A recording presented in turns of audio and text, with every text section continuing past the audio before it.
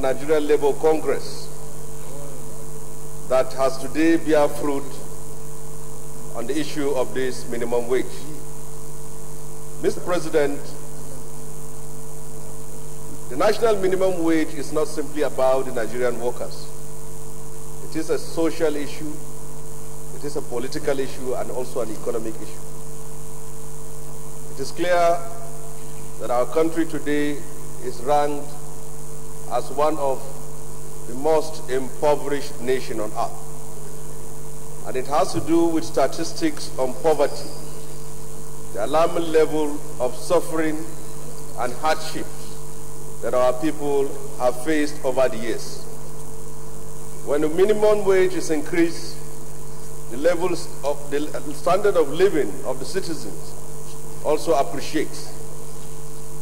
We should understand that it's only on the basis of paying adequate remuneration for those who decided to honestly serve their country that we can lay a good example of leadership, of accountability, of discipline, and also of an advocacy for an anti-corruption in Nigeria.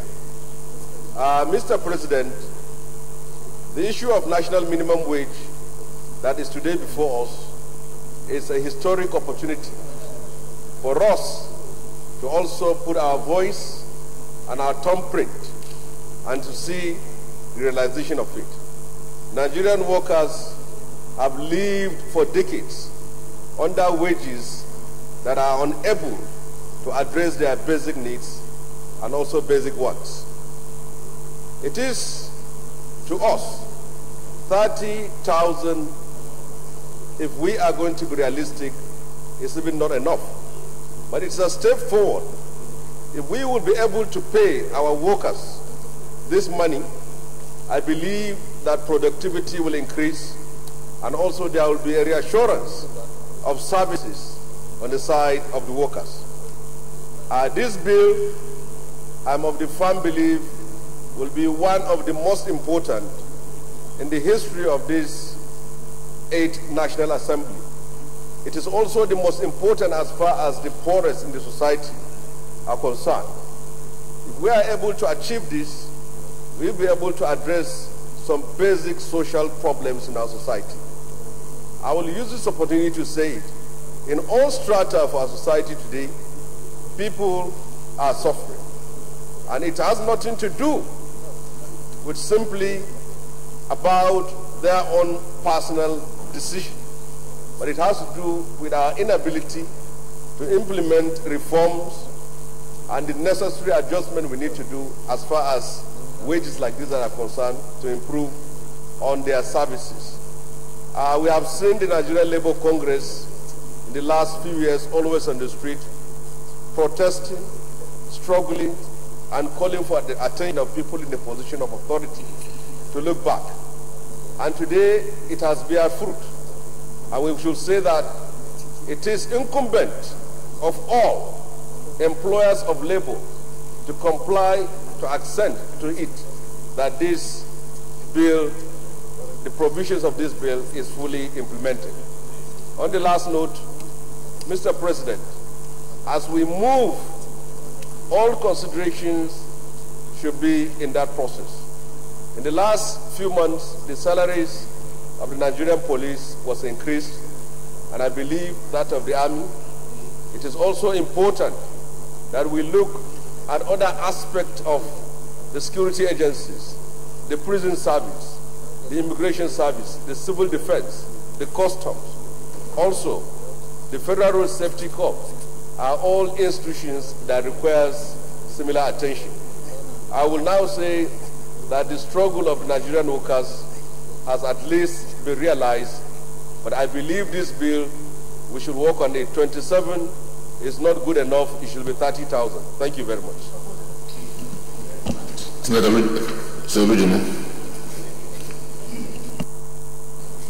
Thank you very much, Mr. President, distinguished colleagues. Thank you for giving me the opportunity to also add my voice. Let me support the motion as moved by the leader the bill has been discussed is probably the most important bill that will come before us before the expiration of this 8th Senate. Mr. President, my colleagues have spoken. Nigerian workers are suffering. I ask myself a question. What could 18,000 do in feeding a family of 2? Not to talk of a family of 4. And I see nothing. I also have asked myself a second question. What can 27,000 do in the life of a family? And I say not much. It is just that half bread is better than chin-chin. As we go along, there is a need to keep reviewing the scheme. We will definitely work hard on this and ensure it's passed. But Mr. President, there are issues. It's an election year. And we shouldn't allow this go down as one of those gimmicks for election. Most of the states are not capable of paying these 27,000. Government must sit down and wear their thinking caps and start thinking of how to meet such governments halfway, so that it does not become a gimmick again, and then at the end of it all, the people who are supposed to benefit don't get anything out of it, and then the agitations continue. Most governments have been agitating that their resources cannot carry it. So the federal government must sit with the governors and ensure that this 27,000 that we're going, that is just palliative, is paid. And the only way to pay it is for everyone to sit on a table and decide that this must be paid for. And we ensure that is not our usual election gimmick. Thank you very much, Mr. Thank you, Senator Jubrin Barao.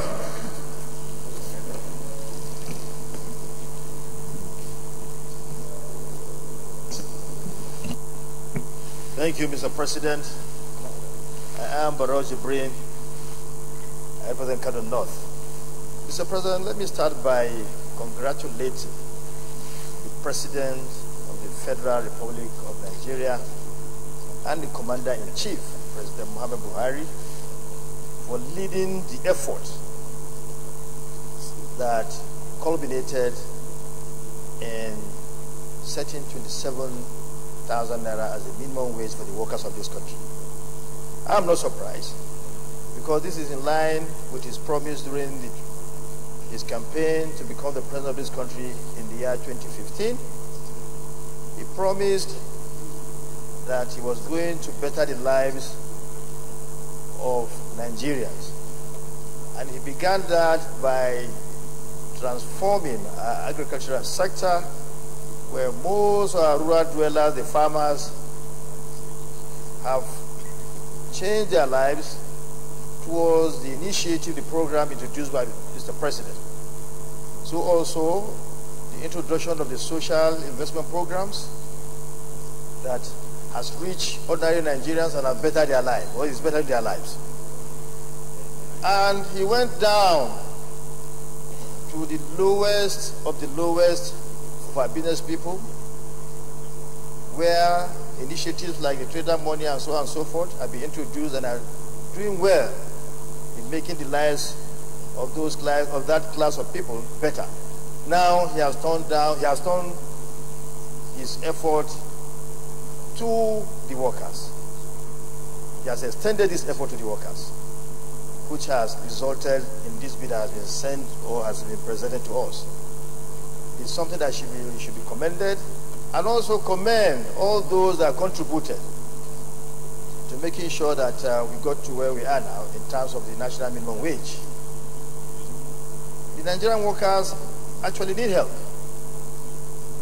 As said by Minority Leader, 18,000 cannot do anything to an average Nigerian citizen. It's just too small.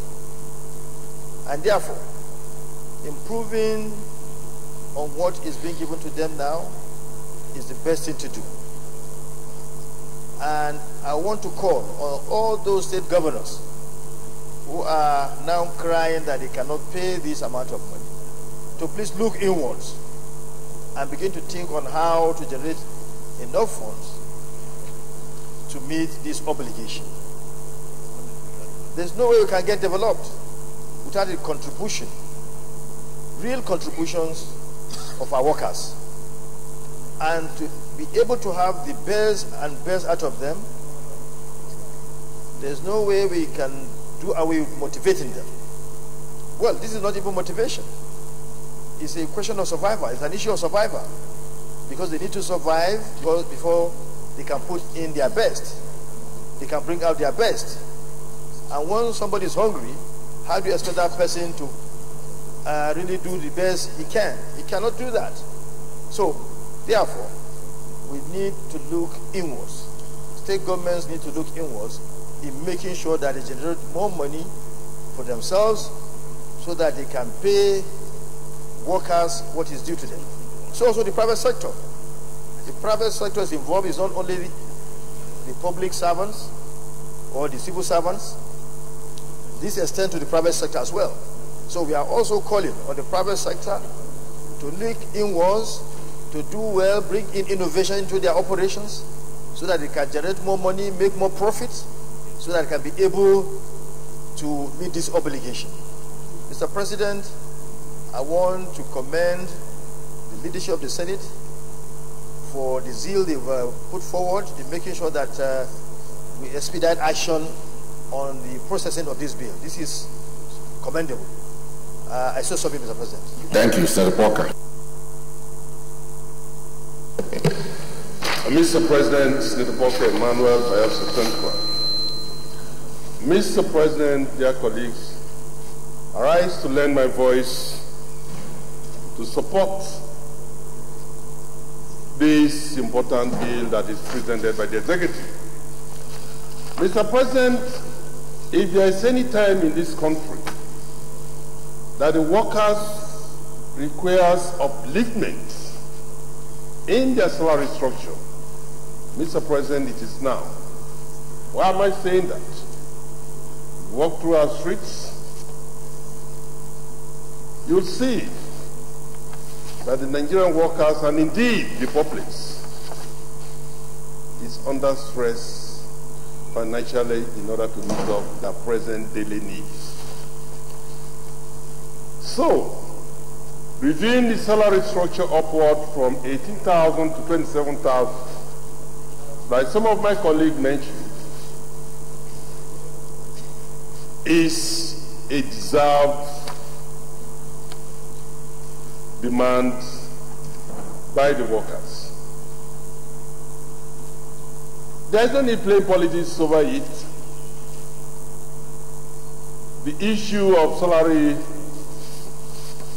review has been in the domain of government for over 1 year. Yes, we must thank government that finally government has taken a decision to push the decision of the Council of States to the National Assembly that should put a legal framework to the views agreed upon in Council. Mr. President, the concern expressed by the minority leader that some states actually, even with the present structure, we recall that there were backlog of salaries. It doesn't augur well for the Nigerian workers, actually. I think it is a clarion call now that both the Senate and the House of Reps is debating on this subject matter, that the state governments should now look inwards and see how this money can be generated, so that when eventually this bill is passed, there should be no issue of workers being owed over the months and over the years, because it will make mess of the old processes. I believe in Council of State, state governments, as represented by the governors, were represented.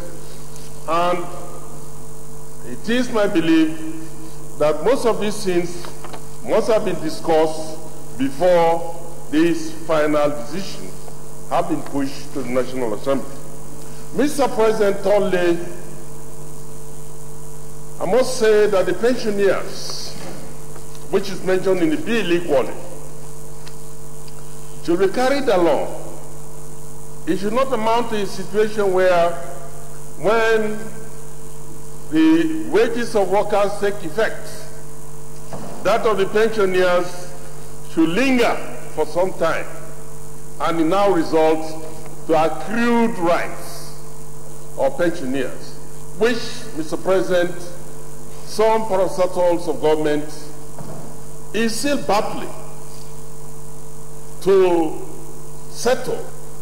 Those 33% some of those liabilities that resulted in the last salary review. And if pensioners are not taken into consideration and this one is lumped into that one, it will create problem for payment. So my plea is that as this wage increase take effect, that of pensioners should equally take effect immediately. Mr. President, I join others in saying that this bill should be given accelerated hearing so that as soon as possible the third reading of this bill be taken, and so workers will go home with smile with increased pay package. I will definitely comment that the 27,000, which has been generally agreed, be the benchmark for which the minimum wage will pay the least worker. The exemption is here in an establishment of less than 25%. This bill will not affect. I don't know whether I have that understanding. But be that as it may, any worker working in any establishment, be it someone that is employing 5 workers, should realize that the worker has to go home and feed his or her family. So my plea in that regard, since it's not part incorporated in the bill, is that those private establishments should try as much as possible to see that they emulate what government is paying, so that it should affect every person that is working in any nook and corners of this country. I thank you, Mr. President, for the little remarks I've made. Thank you. All right, thank you, Senator Nyang. Thank you, Mr. President. Very distinct colleagues. Sam Anyang, Imo East. Mr. President, let me join my colleagues, to congratulate the Nigerian workers, the civil servants. But I believe that what they are going to smile about today is not enough for smile. Mr. President, I was just calculating here when the leader said this is the good thing that APC has brought. APC has brought nothing. This is not what people expected from them. This is a decision of all the 36 governors, including Abuja. So this is something to smile home about. These people demanded for 30,000 naira as a minimum wage. I was giving them 27, and they will not make their demand anyway. I'll try to calculate, Mr. President. In America, let us do a conversion of $100 a day. $100 is 36,000 naira, Mr. President. And this is not even enough to take care of the civil servants. I've tried to calculate it to the 7,000 naira per month as a minimum wage. If I calculate that, Mr. President, it's about $78 by a whole month. So what makes them happy? And I remember, Mr. President, in America, a nanny that you take it from Imo to America to go and do nanny is being paid $5 per hour. So, and he puts average of 8 hours a day. That 8 hours times by $5 is $40 in 8 hours. And that means, if I calculate it, it's about 14,400 naira within 8 hours for a nanny that did not go to school. Talk less of a civil servant that has put in years, put in time, went to school, and you are paying 27,000 and you are smiling him about.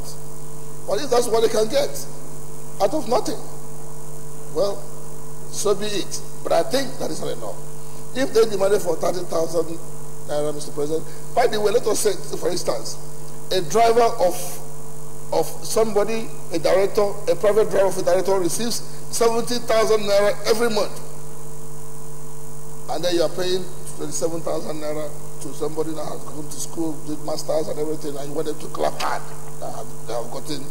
I think this is not supposed to be manner from heaven.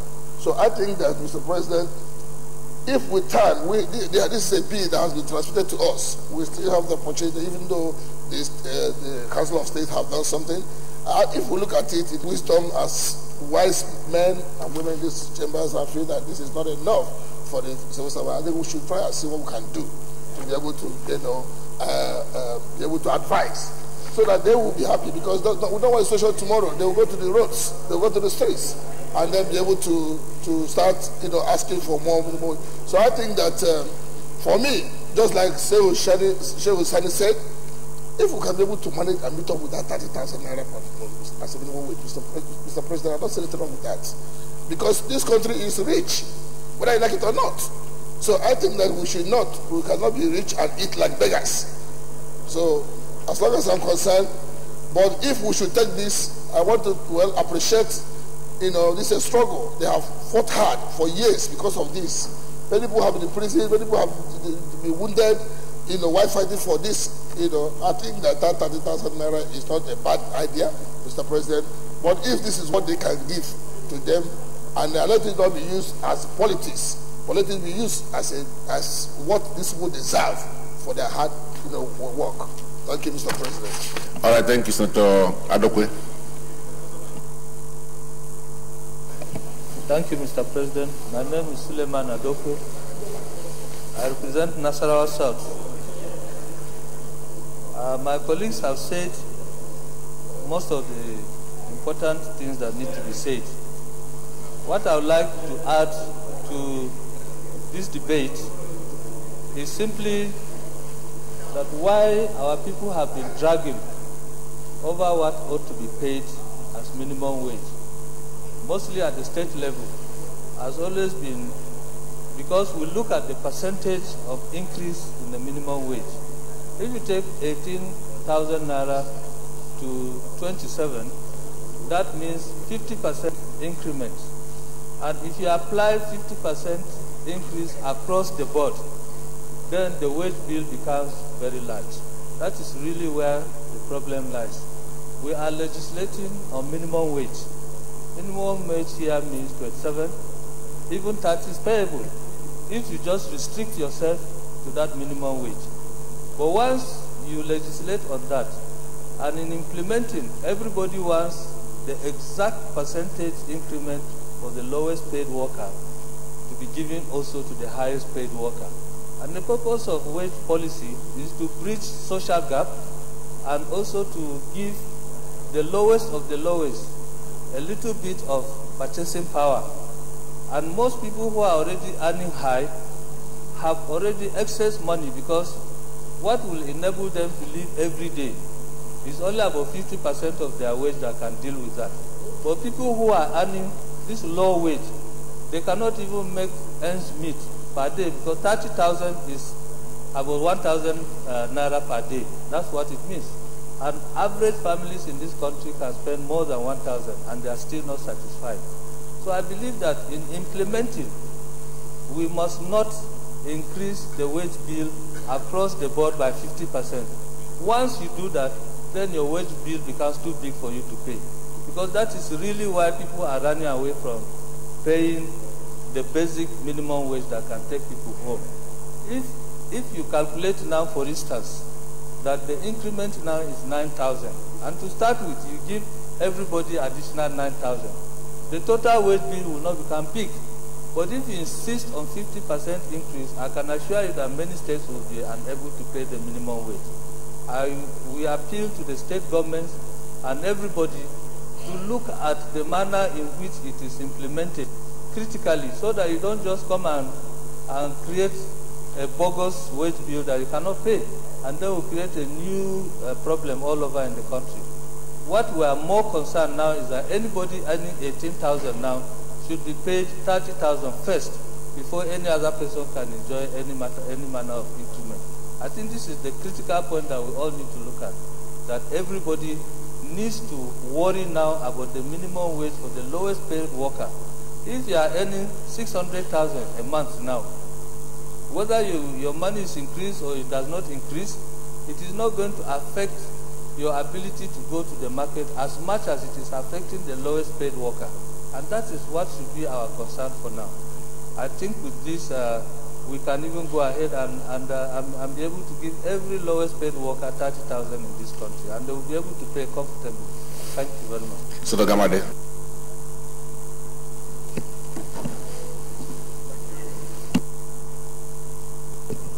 Thank you, Mr. President. My name is Barnabas Gamade. I represent Benue Northeast Senatorial District. Mr. President, my distinguished colleagues, this bill is an overdue bill.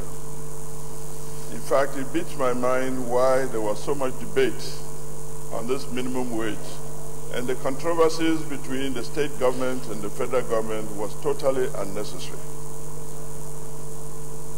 What they have come up with today, 27,000, to me is just a little scratch. This nation can afford to do much better for the lowest paid worker. And when we talk about minimum wage, we're talking about only the lowest paid worker. 18,000 naira amounted to nearly nothing, because if you give a family 18,000, that can buy only one bag of rice. What about transport? What about health? What about all other matters in the family? It was really not the best for us in this nation, even for our image, as Nigeria is not that poor. It is just the mismanagement of the resources of this nation that has put us where we are. Most of the state governments that were saying they cannot pay 30,000 naira minimum wage, I found it extremely difficult to understand. Judging even from the number of former governors that are being arraigned at EFCC every day for billions of naira, that simply indicates that they do not know how to apply the resources of this nation. Or they are rather so greedy and accumulating this wealth rather than looking at the welfare of other people. Even though this bill is late, I do commend the National Assembly, especially the Senate, for taking steps to quickly accelerate the process of the bill. To my mind, if not the fact that we have had too many bills coming back from the President without assent, I would have suggested that we can do the third reading today. There is no much business to delay this thing further than what has already been delayed. And I think the federal government should be willing to pay 30,000 naira rather than 27,000 naira, and actually force the states to pay 27 because they can afford it. There is so much waste in management of resources in this nation. This unexplained subsidy, which is gulping over 1.5 billion a year, 1.5 trillion a year. Who gets this money? What is really happening? And in the states, just like I mentioned earlier, if the state governments were running their affairs properly and using the money properly, we won't have 1 or 2 dozen every time they retire going to EFCC. I think that something should be done to improve the quality of life of the lowest paid workers in this country. I support this bill, and I also support the accelerated handling of it, and propose that we even go all the way to third reading today. Thank you. Senator Shendo. Thank you, Mr. President. I am Senator Andrew Uchendo. I represent Rivers Senatorial District. Mr. President and my dear colleagues, let me join those who have contributed earlier in commending the federal government for fast-tracking this program. I must equally thank the NLC and indeed the committee headed by the former head of service, Amal Pepper, for doing a good job. Mr. President, the civil service and indeed the public service is the engine room of any administration. And as my other colleagues have said, they need this motivation. They need it, and it's coming at the right time. A lot of people have talked about the inadequacy of 27,000 naira per worker. Well, that is correct. Efforts must be made to improve on this figure. But then, we seem to be confining ourselves to the demand side without considering the supply side. Every economy has its own productive capacity. And if the productive capacity of the economy is not sufficient enough to sustain higher income levels, higher salary levels, then it becomes difficult. Again, we are making the mistake of assuming that this minimum wage is for all Nigerians who are in the service. Then we will ask, how many Nigerians are in the service? I am told that we have less than 10% of Nigerian population in the public service. What of the unemployed? The preponderance of unemployed Nigerians. And again, I am told that there are about 40% unemployed Nigerians that are not entitled to 1 naira at all. And so we should be confining ourselves to how do we improve the productive capacity of the economy? A situation where we are all engaging in consumption of the limited products or services that are being rendered by few Nigerians.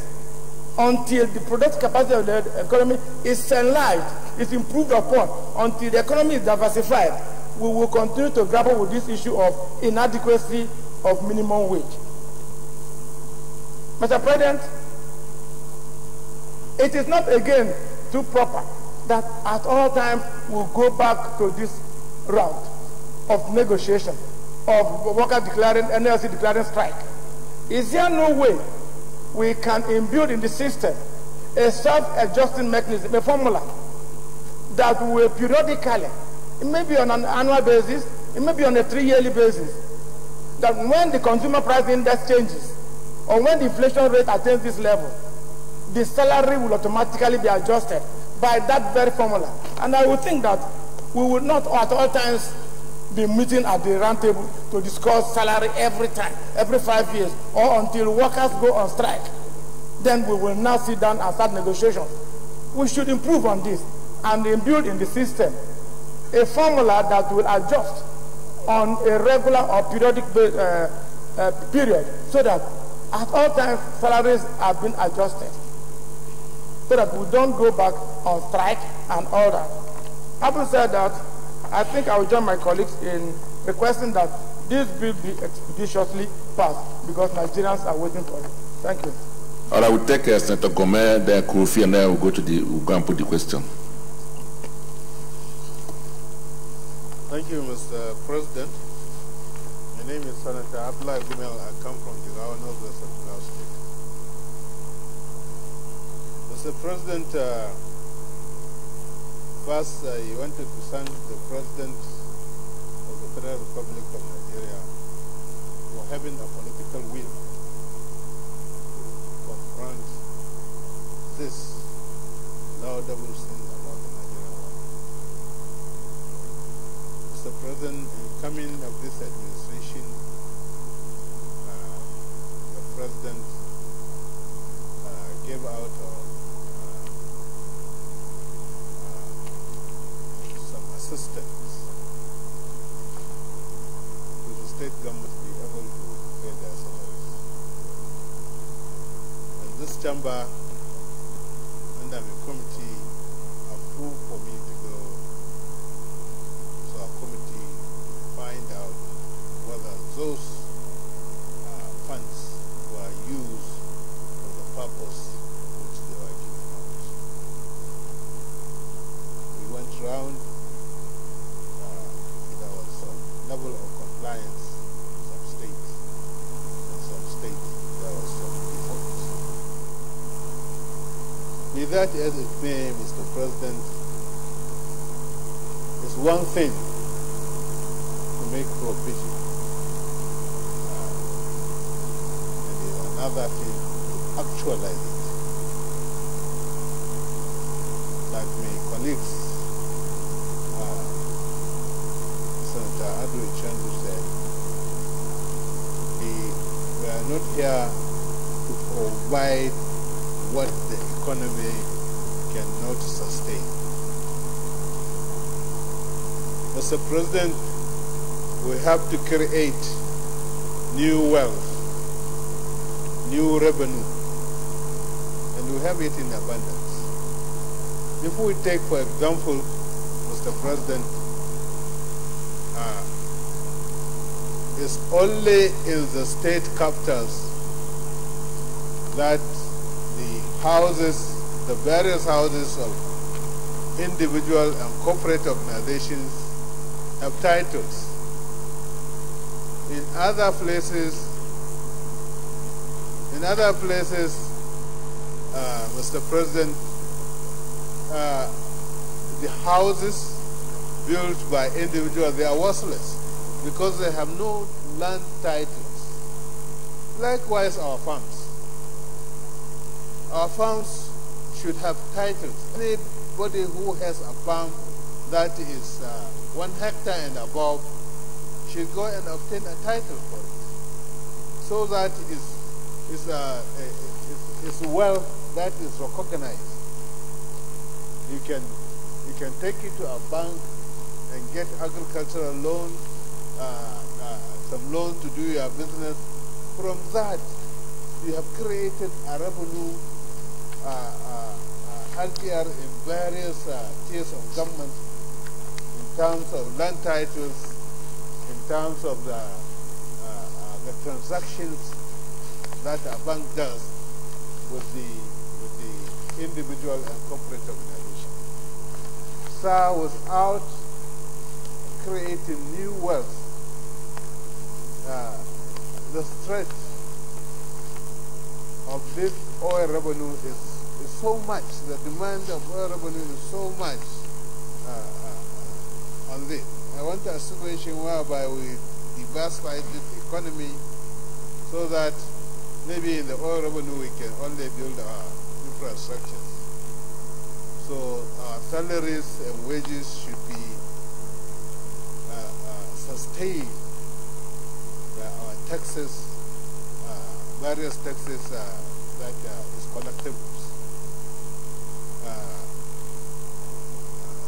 Mr. President, this is a very laudable thing that the leadership in the Senate deemed it fit that we should take first, second reading. And we should go the whole hog and do the third reading and finish it. Thank you very much. Okay. Thank you, Senator Kofi.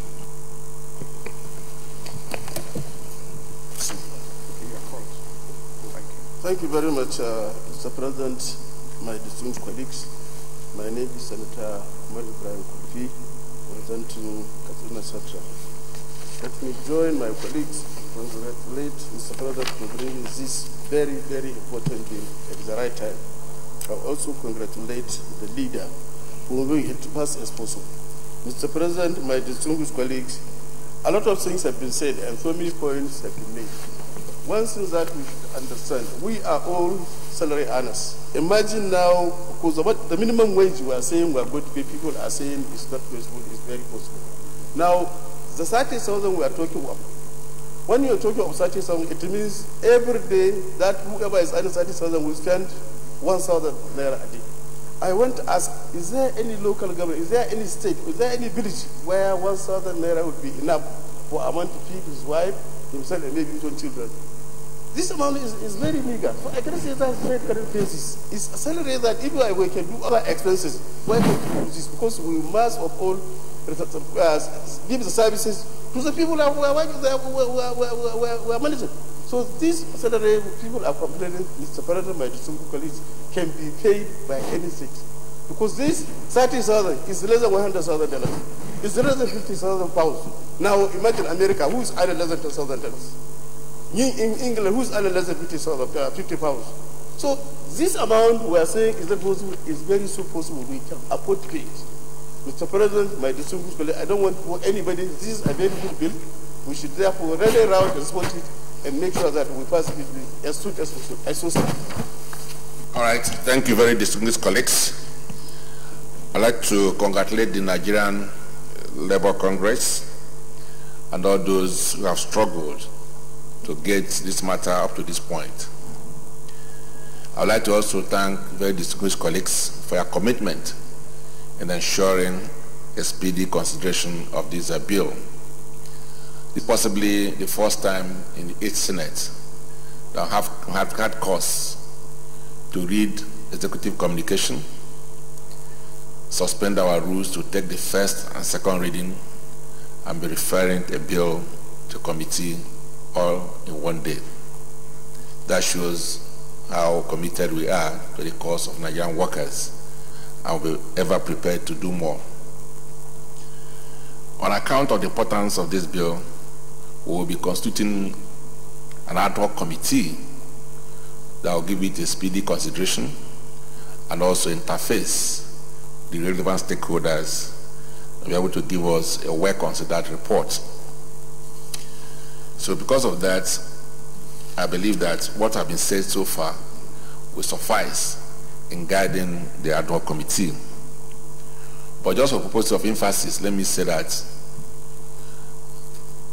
the minimum wage proposed by the government for us to pass is 27,000 naira. There were news reports of 27,000 naira for the states and 30,000 for the federal government. So, but what we have before us is a single national minimum wage of 27,000. So there's no discrimination between the federal workers and state workers. That point must be made clear. The other issue of concern to me, and I believe to many other people, is the exemption to organizations, establishments employing less than 25 persons. So if that gets true, and I hope it do not, that means that a whole number of our workers will be outside the minimum wage bracket. That includes our domestic servants, because I'm not aware of so many people, how many people who employ more than 25 domestic servants. That includes drivers and so many other people. In most other countries, minimum wage applies across board, whether I employ one person or 1 million people. But these are the things I believe during the public hearing we'll find a way of settling. But it's of concern to me and I need to make it clear. Now, the other issue that also should draw our attention is the ability of states to pay. I would like to commend our colleagues for insistence that any state that's committed to paying will definitely pay. So that means that they may have to make sacrifices in some areas, including cutting the overheads. They will also have to step up the internally generated revenues and also make more effort in collecting collectible taxes, not imposing more tax, but those ones that are already established, to make sure they are collected. If we're able to do that, I'm sure that we can pay not just a minimum with a living wage to every Nigerian. There must be a conscious effort to reduce the gap between the rich and the poor. We must be our brother's keepers. We must make efforts and sacrifice to ensure that every Nigerian will have opportunity to have a meal, 2 or 3 in every day, and be able to pay basic payment for basic responsibilities of a family, including school fees, house rent, medical bills. So these are the things that should guide us as we consider this bill. So once more, I'd like to thank all of our colleagues for your brilliant contributions and your commitment to an early passage of this bill. So I will now put the question and then be able to announce the committee. Those in support that this bill be read second time, say aye. Those against, say nay. The ayes have it. Clerk of Senate.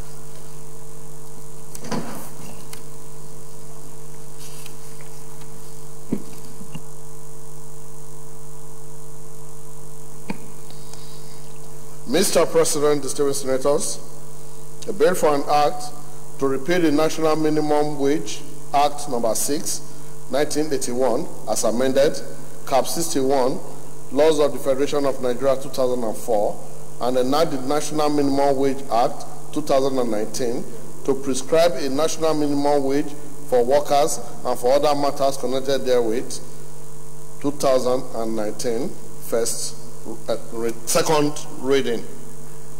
Dear colleagues, an act to repeal the National Minimum Wage Act Number 6, 1981, as amended, Cap 61, Laws of the Federation of Nigeria 2004, and enact the National Minimum Wage Act 2019 to prescribe a national minimum wage for workers and for other matters connected therewith, second reading taken, and referred to an ad hoc committee.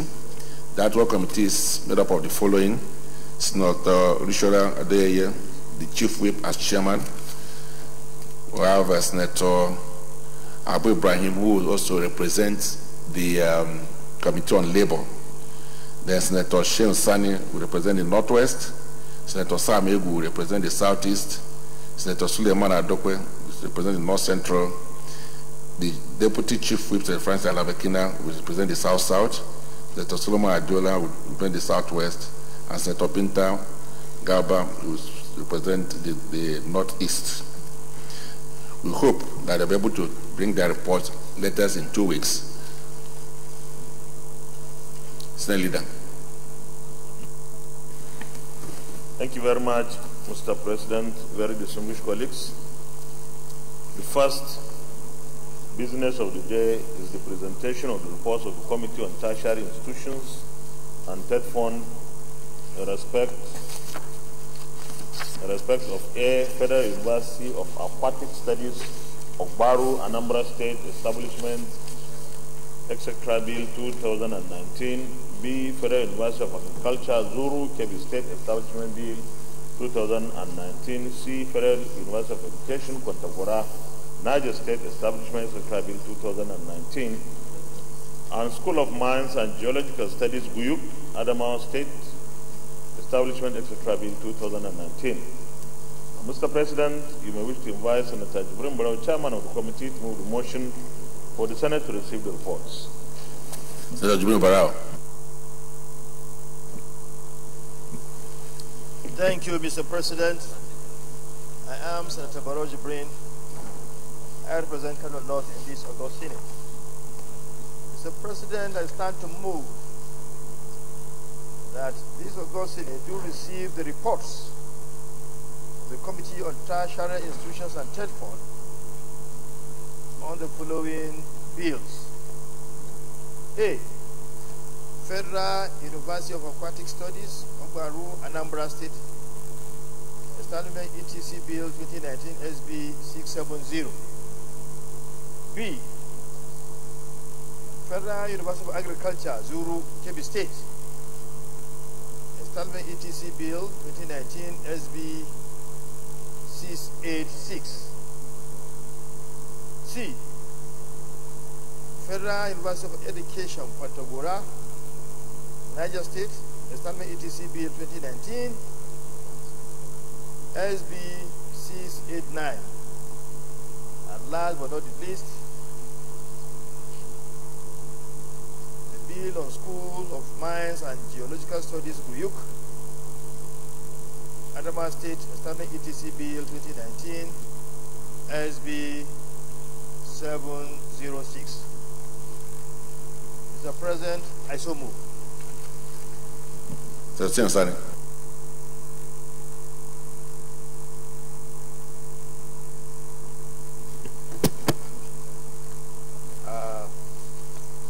Sheikh Sani, Kaduna Central.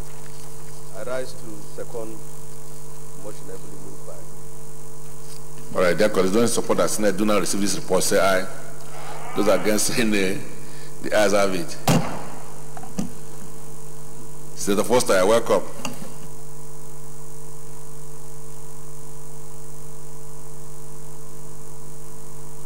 Gallery reports.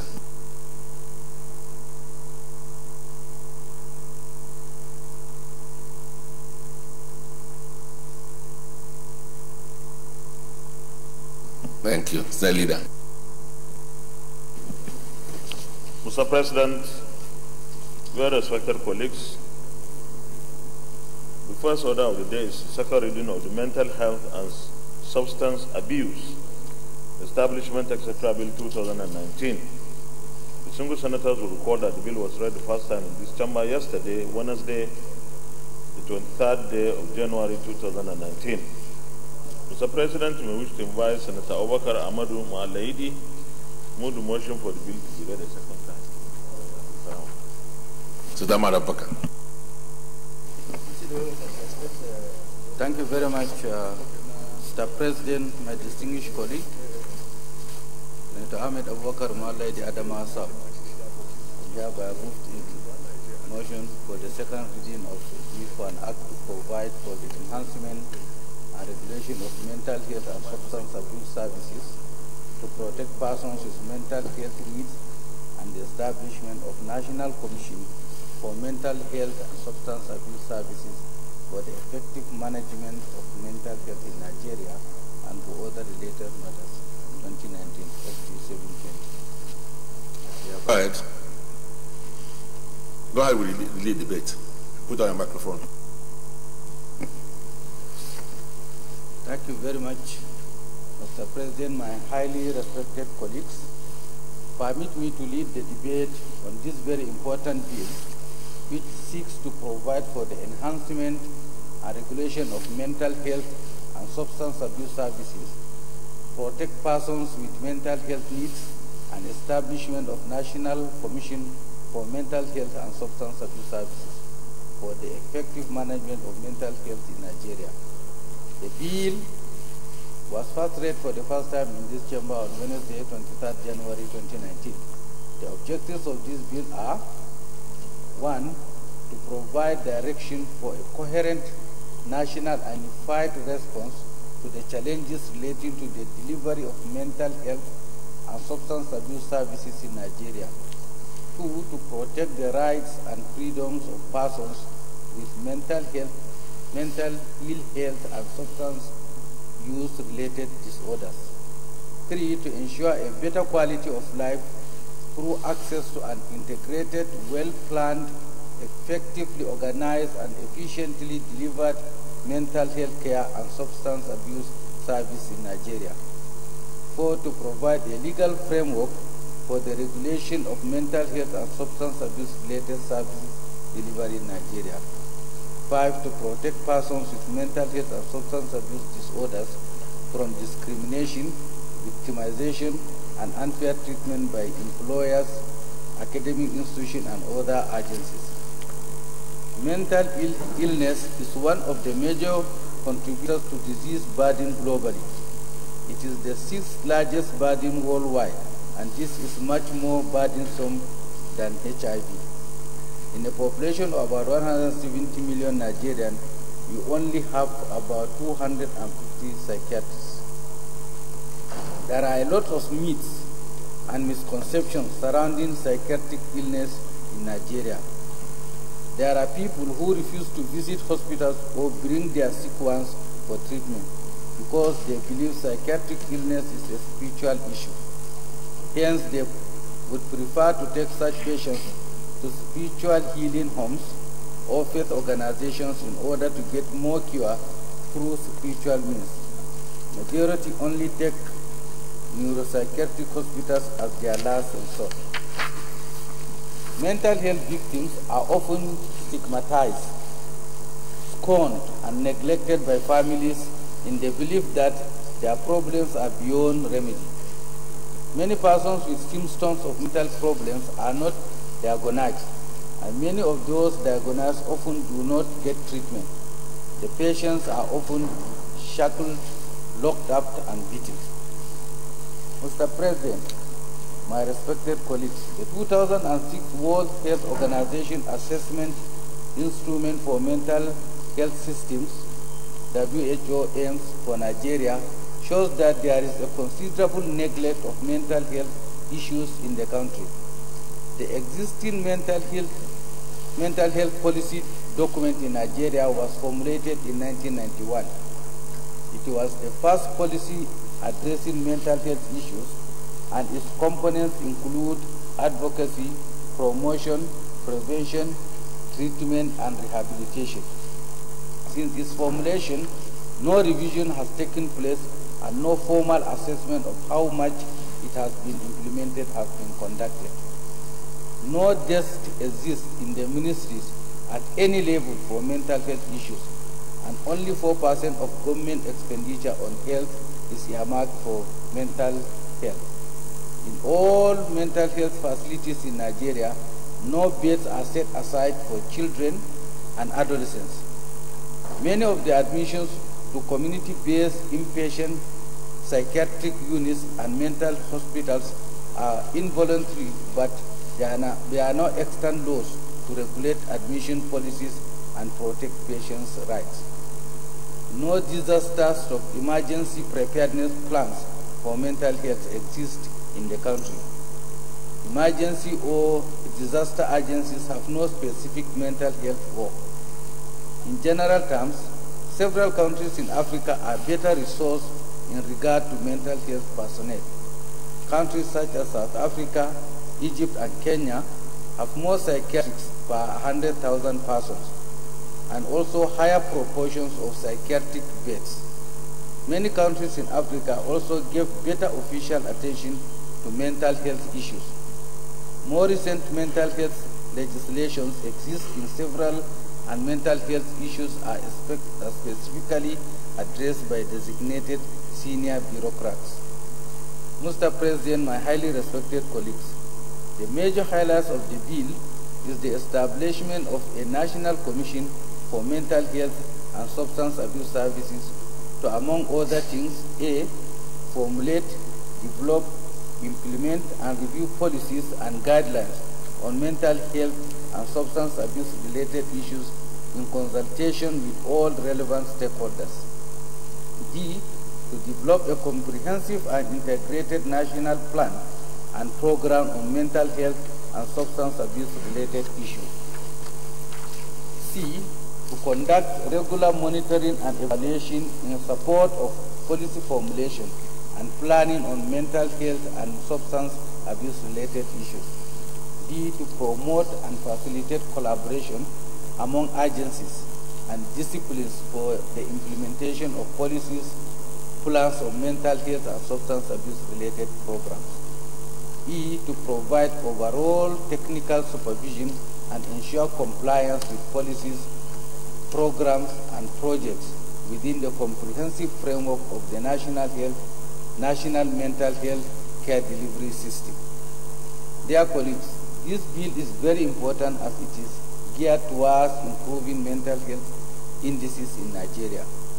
The bill makes provisions for access to mental health care and services, voluntary and involuntary treatment, accreditation of professional and facilities, law enforcement, and other judicial issues for people with mental illness, mechanisms to oversee involuntary admission, and to implement the provision of mental health legislation.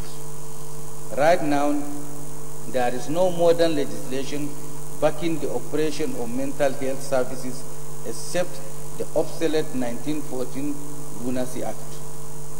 Mr. President, distinguished colleagues, I urge you to support the passage of this bill for the second reading, in compliance with Order 77.3 of the Standing Rules of the Senate of the Federal Republic of Nigeria and the Compendium of Financial Implications of the establishment of the National Commission for Mental Health and Substance Abuse Services is attached.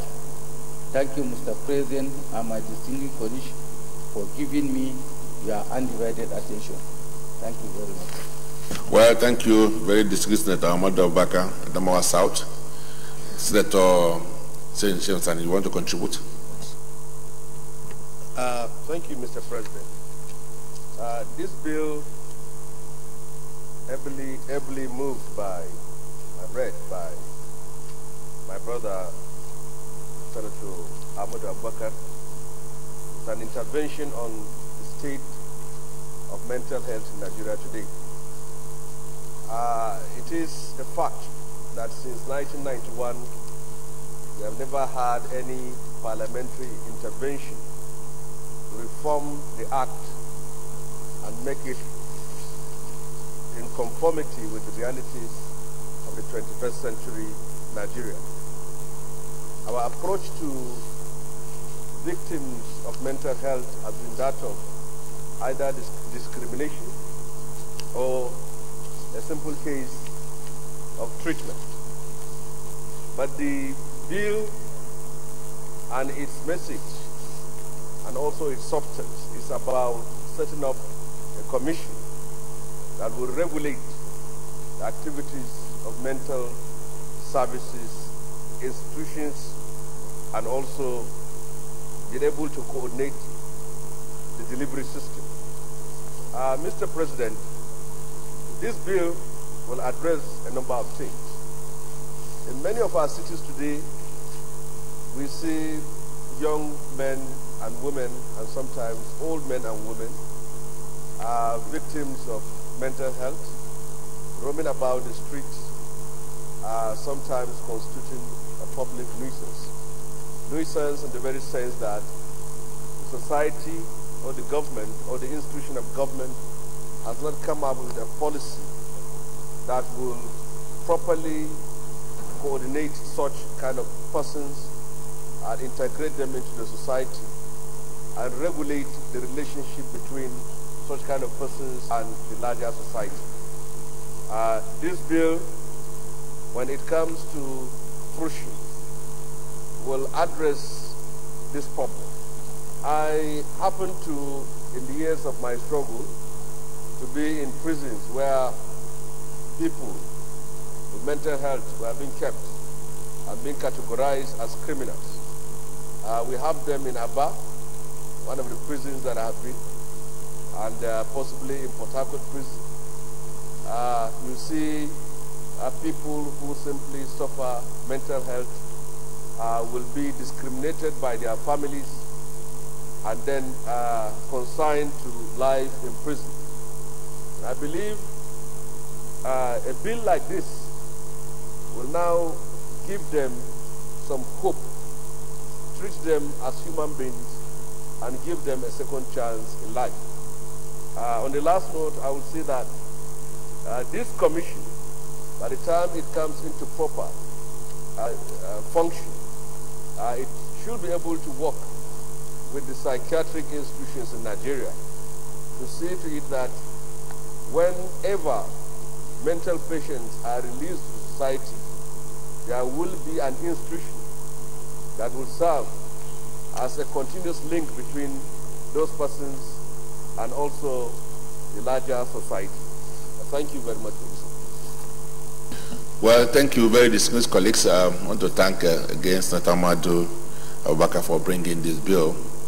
I believe that every person who is living in Nigeria, whether you are mentally ill or okay, or whether you are in prison or otherwise, must be the responsibility of government and must also ensure your welfare, irrespective of your situation. And I think that this will make government to be caring of those who are unfortunate enough to have some mental issues. So I want to thank you for your thoughtfulness in bringing this bill. So distinguished colleagues, those in support that this bill be raised second time, say aye. Aye. Those against say nay. The ayes have it. Clerk of Senate.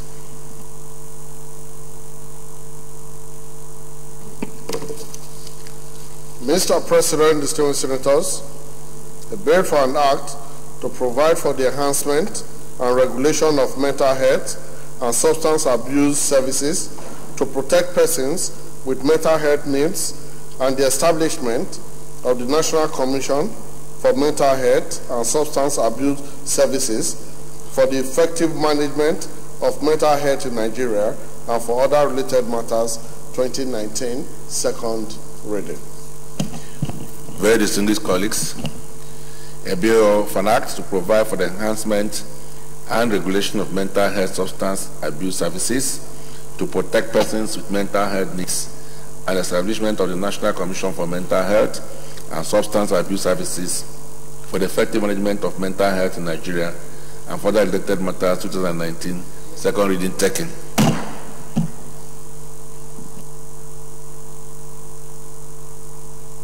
It's referred to the Committee on Health to report back in 2 weeks. Committee on Health, Secondary and Tertiary, to report back in 2 weeks. Senate Leader. Mr. President, very distinguished colleagues, the second order of the day is the consideration of the Conference Committee report on the Institute of Chartered Biochemists and Molecular Biologists of Nigeria Bill 2019. Distinguished senators will recall that the Senate and the House passed different versions of Institute of Chartered Biochemists and Molecular Biologists of Nigeria Bill 2019.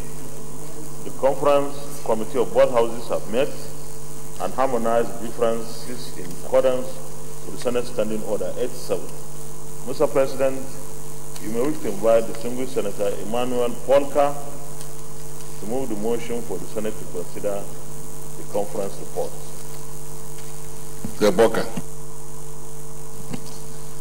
Mr. President, I rise to move that the Senate do receive and consider the Conference Committee report on the Institute of Chartered Biochemists and Molecular Biologists of Nigeria Bill 2019 SB 283. I so move, Mr. President. Senator Tony Boji.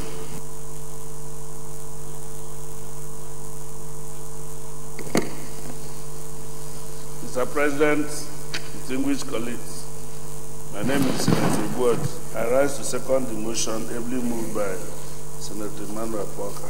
I so second. Dear colleagues, those in support of the motion that Senate do now receive and consider this report say aye. Those against say nay. The ayes have it. Senator Polka, go ahead. Mr. President, dear colleagues, the Senate at its plenary sitting on Wednesday, 23rd January 20... Have you laid it before? Have you laid the report? Can lay it down before we proceed with the presentation.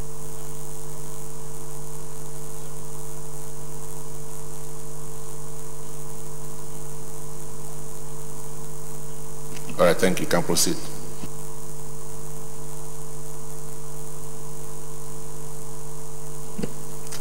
Mr. President, the Senate at its plenary sitting on Wednesday, 23rd January 2018 deliberated on the executive communication from Mr. President and Commander-in-Chief of the Armed Forces of the Federation, where he relied on Section 58(4) of the Constitution of the Federal Republic of Nigeria 1999 as amended to decline assent to the Institute of Chartered Biochemists and Molecular Biologists of Nigeria 2018 and thereafter send it back to the National Assembly on 5th November 2018.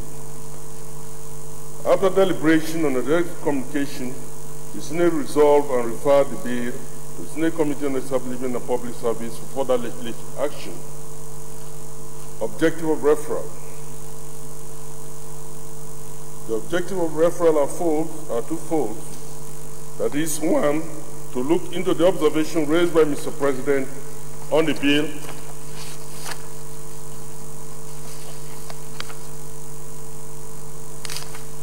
and to make appropriate recommendation on legislative action to be adopted by the Senate on the bill.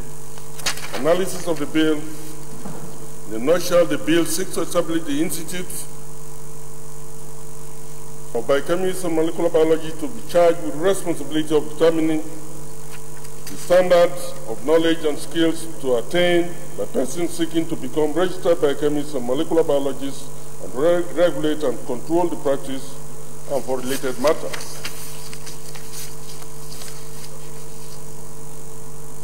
In line with number one above, the committee says, align itself with the reasoning of Mr. President because the intendment of the provision of subsection 2(3) of clause 13 of the bill is in conflict with the mandate of the National University Commission and National Board for Technical Education, which are statutory institutions set by the government to undertake the function contemplated by the provisions of these subsections.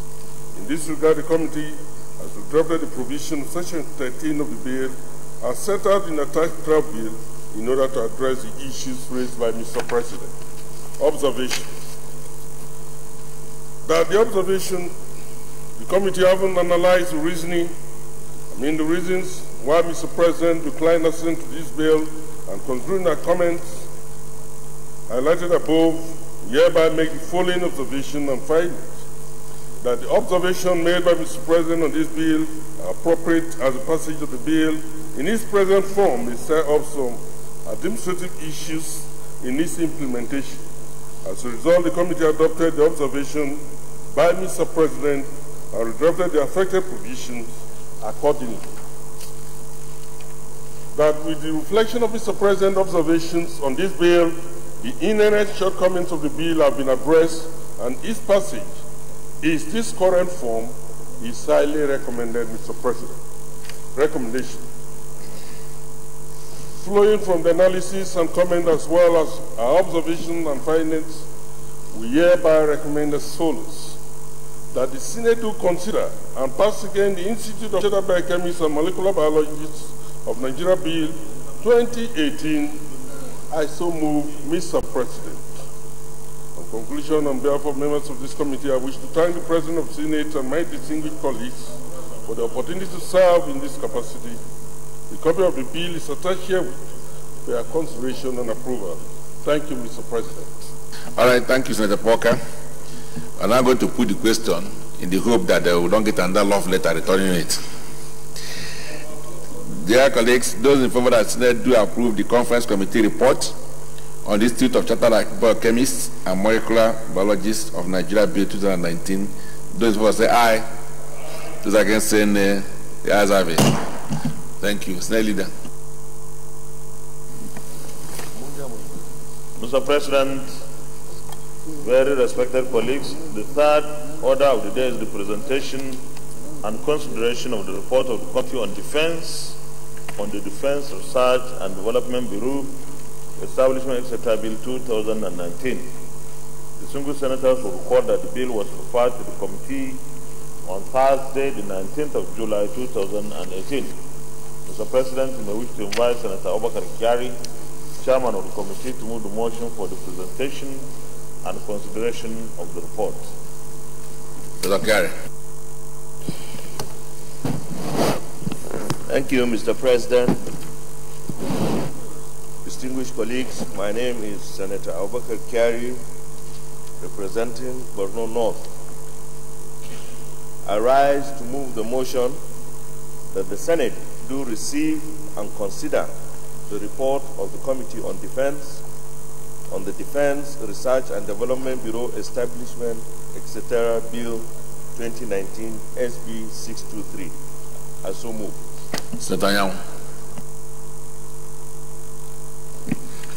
Mr. President, distinguished colleagues, Sam Anyang Imo East, I rise to second the motion moved by Senator Abu Kari that the Senate do receive the report of the Committee of Defense for Defense Research and Development Bureau Establishment, etc. Bill 2019 SB 623. I so second, Mr. President. Dear colleagues, those about the motion that Senate do not receive and consider this report say aye. Those against say nay. The ayes have it. So Kerry, we can proceed to lay the report.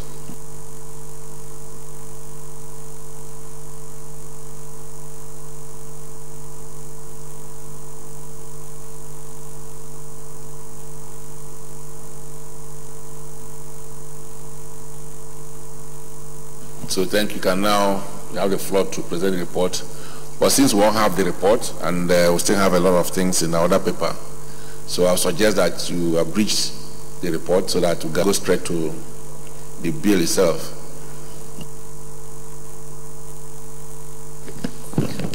Thank you, Mr. President. Distinguished colleagues,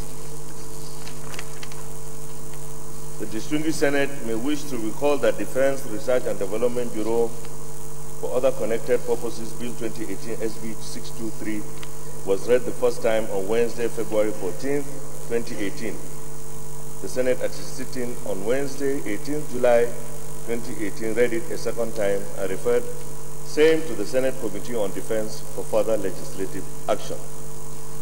The bill seeks to establish the Defense Research and Development Bureau with the following objectives: to coordinate activities of all defense-related laboratories and research and development establishments in Nigeria. B, to research into an acquisition of knowledge in technology relevant to the design and development of materials to meet the requirements of the armed forces of Nigeria.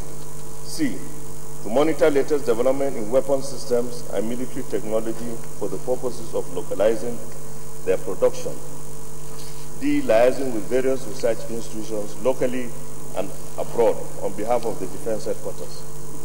E, make defense policy for basic and applied research on defense items and equipment to initiate and coordinate the scientific, technological, and environmental research activities of the armed forces. F, to organize annual joint research, development, seminars, exhibitions, and participating in research and development seminars locally and abroad. Distinguished colleagues, I now jump to page 5, recommendation and prayer. Distinguished colleagues, Mr. President, distinguished colleagues, with the recommendations highlighted earlier, the original bill stands much improved, having been reviewed to incorporate the stakeholders and all experts' input into them with contemporary realities. From the work done by the committee and the synthesized inputs from stakeholders, it is clear that an organized, systematic approach at the national level is needed to address defense and security issues. Mr. President, distinguished colleagues, the Senate Committee on Defense, to which this bill was referred to, having carefully considered the same, recommends as follows: that the Senate do consider and pass the Defense Research and Development Bureau Establishment Bill 2018 SB 623. The establishment of the Defense Research and Development Bureau will birth one organization that will design, develop, and produce state-of-the-art sensors, weapon systems, platforms, and allied equipment for our defense services, thereby providing technology solutions to same to optimize combat effectiveness and promote well-being of our troops. The committee wishes to place the following before the Senate: the inviolable spirit of cooperation and laudable amity and synergy between the committee and its ministry and all relevant agencies, the remarkable responsiveness of the stakeholders, the discerning public, experts on defense, academia, and organized private sector, those whose trade feed the chain of supply of the defense and security sector, the federal agencies, especially the Armed Forces and Defense Research and Development Bureau, among others, who responded to the committee's invitation to public hearing and made inputs into the committee's assignment.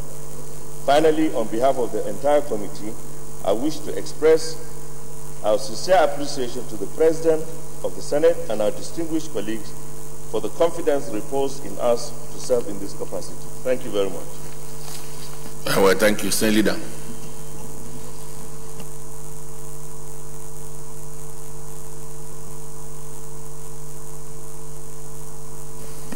Mr. President, very distinguished colleagues, I'm aware of the Senate is also to committee of the whole to consider the report clause by clause.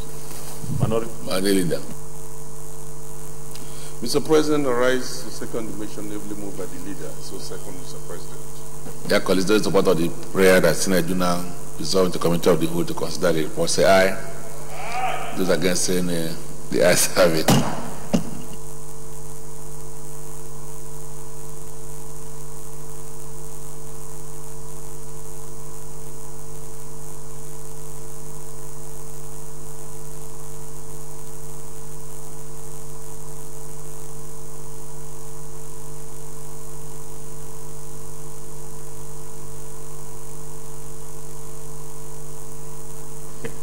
Colleagues, in the absence of any observation, we'll go straight to putting the question.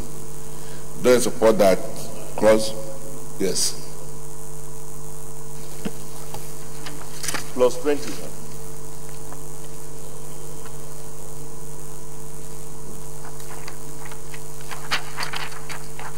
There's a correction on clause 20, page 15. Oh, okay. Distinguished colleagues, those in support that clause 1 stamp out of the bill say aye. Those against say nay. The ayes have it. Those in support that clauses 2 to 5 stamp out of the bill say aye. Those against say nay. The ayes have it.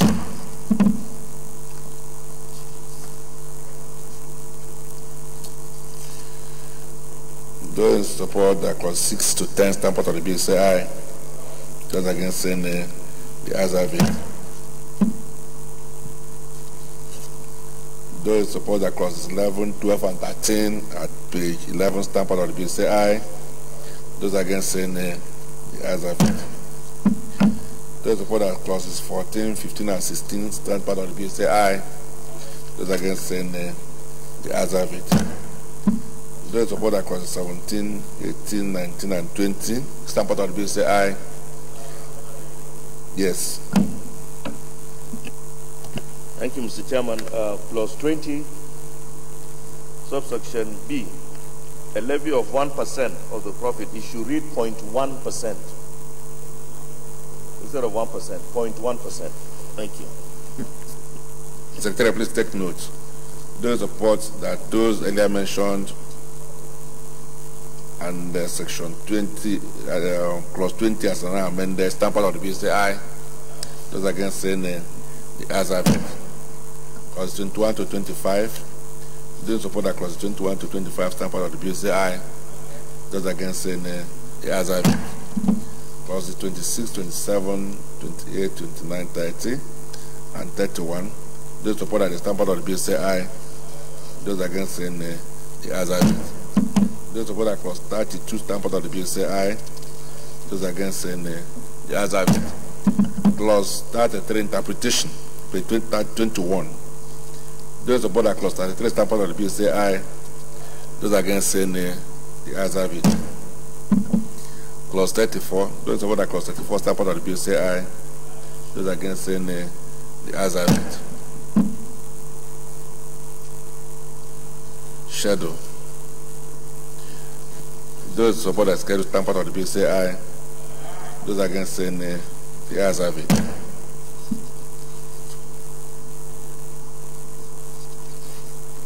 Explanatory memorandum. Those support the explanatory memorandum stamp out of the bill say aye. Those against say nay. The ayes have it. Short title. Those support the short title stamp out of the bill say aye. Those against say nay. The ayes have it. The long title at page 1. Those support the long title stamp out of the bill say aye.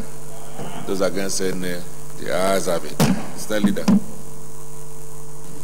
Mr. Chairman, very distinguished colleagues, I move that the Senate reverse plenary for the start report progress. Minority Leader. Mr. Chairman, I rise to second the motion ably moved by the leader. So second, Mr. Chairman.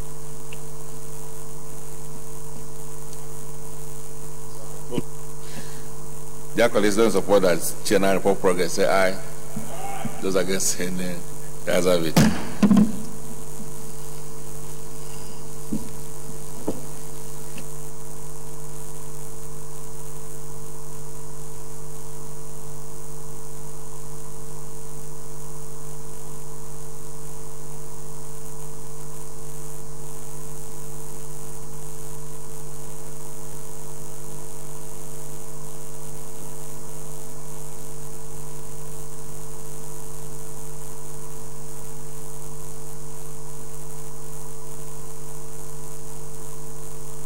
Distinguished colleagues, the Senate and the Committee of the Whole consider the report of the Committee on Defense the Defense Research and Development Bureau Establishment, Etc. Bill 2019, and approved as follows. Clauses 1 to 33 as recommended.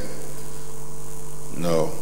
Clauses 1 to 20 to 19 as recommended. Clause 20 as amended. Clauses 21 to 33 as recommended. The schedule as recommended. The memorandum as recommended, short title as recommended, long title as recommended. Is this a true reflection of what transpired in the Committee of the Whole? Thank you. Sir Leader. Mr. President, very distinguished colleagues, I move that the bill be now read in third time.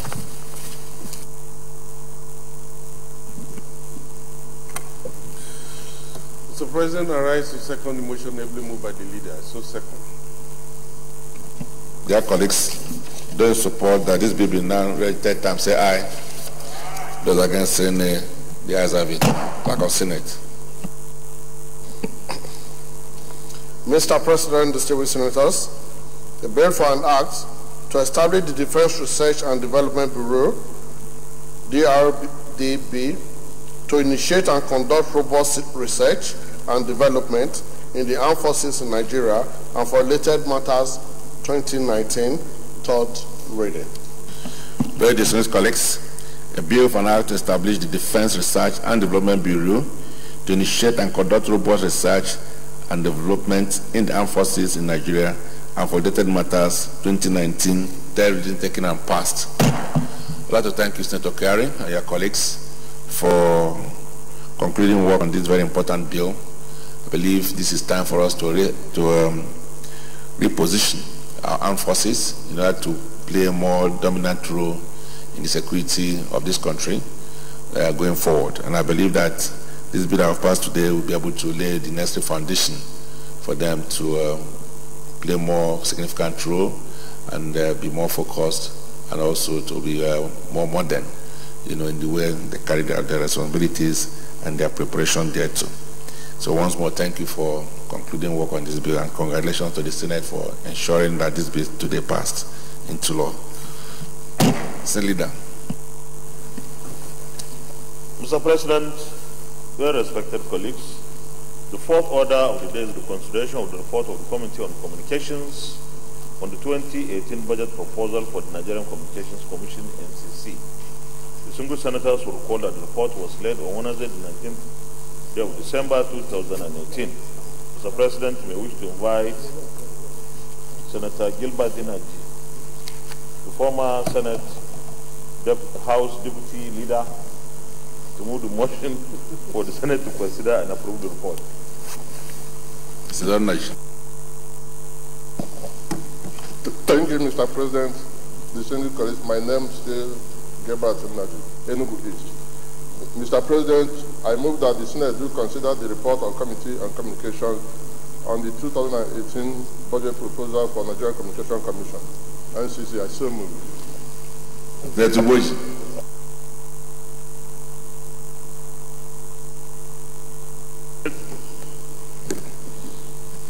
Distinguished colleagues, my name is Senator Sonny Uboy. I rise to second that the Senate do receive the report as ably moved by Senator Gilbert Inaji. I so second. Distinguished colleagues, those in support that Senate do not consider this report say aye. Those against say nay. The ayes have it.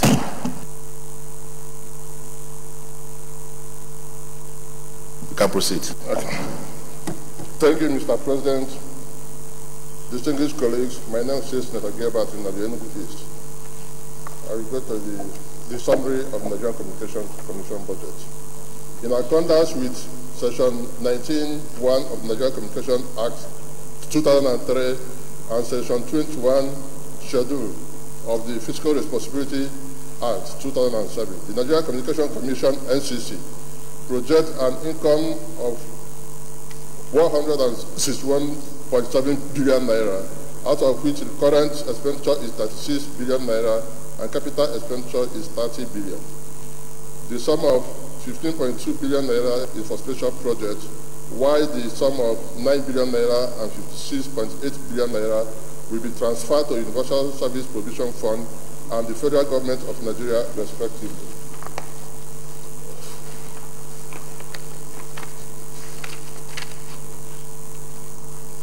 You can see the summary of the NCC budget as stated in the report.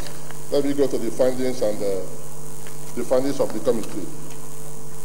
The management of the Nigerian Communication Commission, led by its executive vice chairman, appeared before the committee to defend the Commission year 2018 budget proposal on Thursday, December 13, 2018.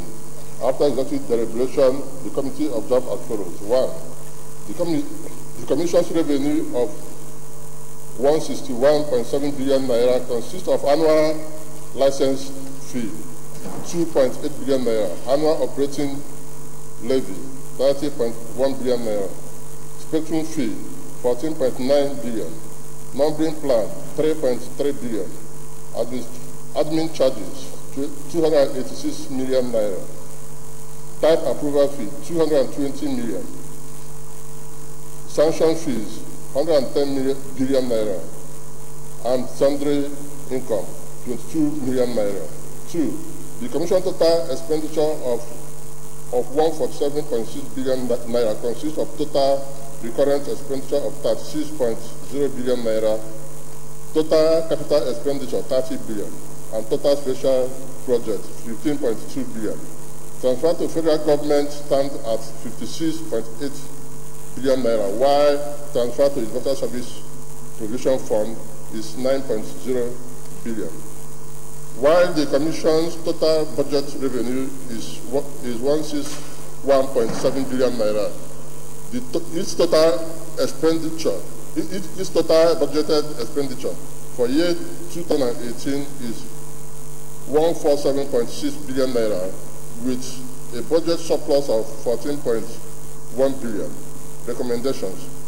It is hereby recommended that the sum of 161,775,850,000 naira be approved as the Nigerian Communication Commission year 2018 budget. I so move, Mr. President. All right, thank you. In the absence of any comment, I'll put the question.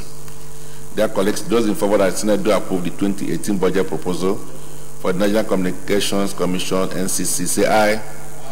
Those against, say nay. The ayes have it. The 2018 budget proposal of the Nigerian Communications Commission is hereby approved. Senate Leader.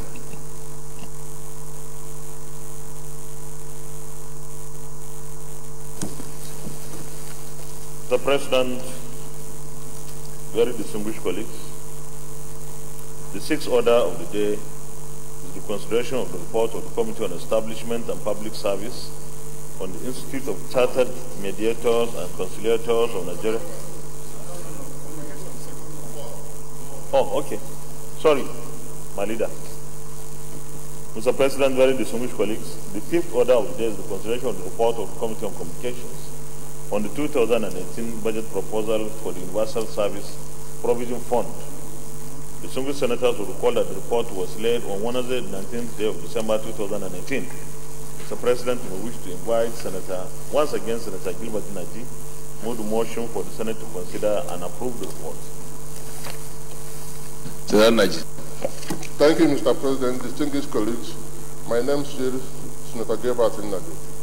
Mr. President, I rise to move that the Senate consider the report of the Committee on Communication on 2018 budget proposal for Universal Service Provision for USPF. I so move. Mr. President, distinguished colleagues, Senator Ubuaji is my name. I rise to second the motion ably moved by Senator Gilbert. I so second. Dear colleagues, those in support of the prayer that will now consider this report say aye. Those against say nay. The ayes have it. Senator, you can proceed. Thank you, Mr. President. In compliance with Section 114, Subsection 1 and 2A of Nigeria Communication Act 2003, the receipt and payment account for the period ending 31st December 2018 shows budgeted income of 12.2 billion naira.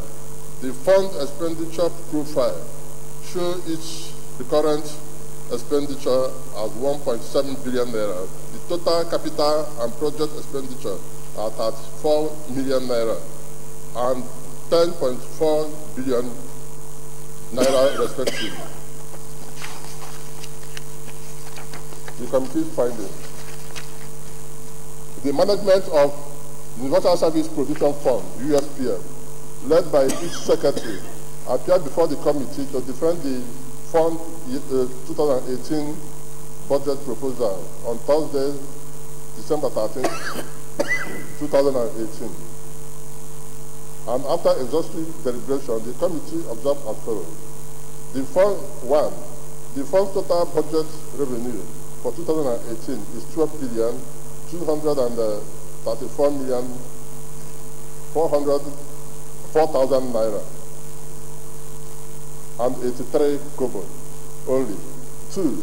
Similarly, the fund total budgeted expenditure for 2018 is 12,234,004,083 kobo only. This consists of Secretariat's recurrent expenditure, 1.7 billion, Secretariat's capital expenditure, 34 million, and universal projects and programs, 10.4 billion naira. Recommendation. It is hereby recommended that the sum of 12,234,004,000 naira and 83 kobo be approved as Universal Service Provision Fund 2018 budget. Prayer that the Senate do approve the recommendation of the committee. I so move, Mr. President. Well, in the absence of any comment, I have simply put the question. Distinguished colleagues, those in support that the Senate do not approve the report on the 2018 budget proposal for the Universal Service Provision Fund, say aye. Those against say nay, the ayes have it. The Senate hereby approves the report on the 2018 budget proposal for Universal Service Provision Fund 2018. Senate Leader. Mr. President, very distinguished colleagues, the sixth order of the day is the consideration of the report of the Committee on Establishment and Public Service on the Institute of Chartered Mediators and Conciliators of Nigeria Establishment Bill 2019. Distinguished senators will recall that the report of the committee was laid on Tuesday, 22nd of May 2018. Mr. President, you may wish to invite Senator Emmanuel Porker to move the motion for consideration of the report. Senator Porker. Mr. President, I rise to move that the Senate do consider the report of the Committee on Establishment and Public Service on the Institute of Mediators and Conciliators Bill 2019 SB 512. I so move, Mr. President. Senator Gula. I will second the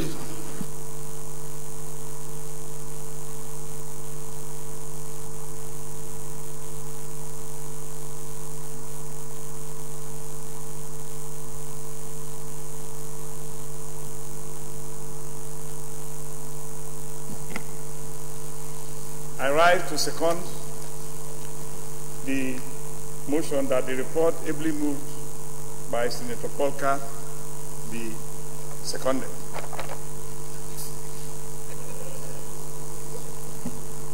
Yeah, but those in support of the motion that Senate do now consider this report say aye. Those against say nay. The ayes have it. Go ahead, Senator Polka. Mr. President, the Senate at its plenary sitting on Wednesday, 7 February 2018, deliberated on this bill to establish the Institute of Mediators and Conciliators SB 512. Suffice to say that the bill was sponsored by distinguished Senator Ike Kuremado, Enugu West Senatorial District, the Deputy Senate President of this Senate, and it was read for the first time on Tuesday, 11 July 2017.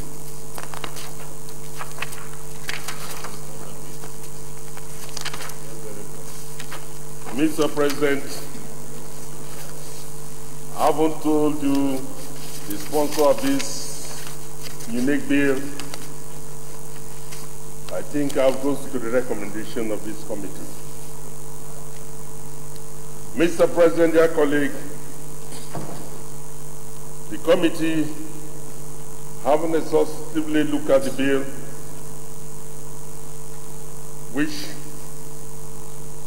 was referred to it, having painstakingly and exhaustively considered the same, recommend as follows: that the Senate do consider and pass the Institute of Chartered Mediators and Conciliators of Nigeria Establishment etc. Bill 2018 as amended. I so move, Mr. President. Senate Leader. Mr. President, very distinguished colleagues, I move that the Senate resolution to the Committee of the Whole to consider it for clause by clause. Senate Leader. Mr. President, I rise to second the motion ably moved by the leader. I so second, Mr. President. The colleagues, those in support of the motion that Senate do now result to the Committee of the Whole to consider this report, say aye. Those are the say nay. The ayes have it.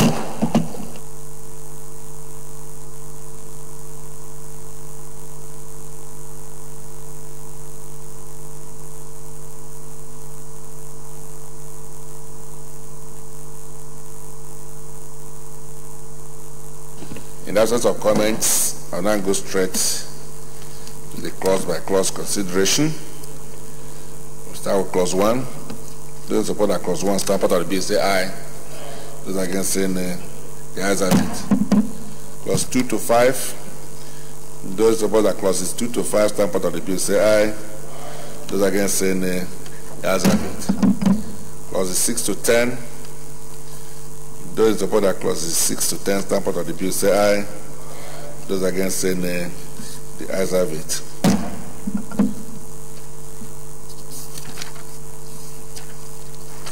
Clause 11 to 15. Those in support that clauses 11 to 15 stand part of the bill say aye. Those against say nay. The ayes have it. Clause 16 at page 22. Those of that clause 16 stand part of the bill say aye. Those against say nay. The ayes have it. Clause 17 to 20. Those of that clauses 17 to 20 stand part of the bill say aye.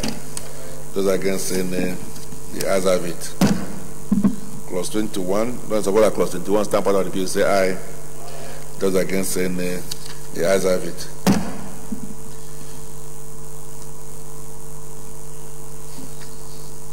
Clause 22, which is interpretation. Those of that clause 22 stand part of the bill say aye. Those against say nay. The ayes have it. Clause 23, citation. Those of that clause 23 stand part of the bill say aye. Those against say nay. The ayes have it. Schedules 1 to 3. Those of that schedules 1 to 3 stand part of the bill say aye. Those against say nay.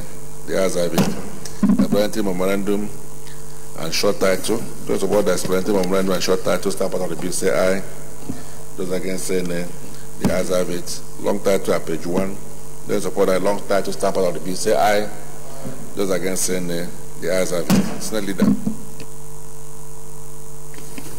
Mr. President, Mr. Chairman, very distinguished colleagues, I move that the Senate reverse to plenary for the charter for progress.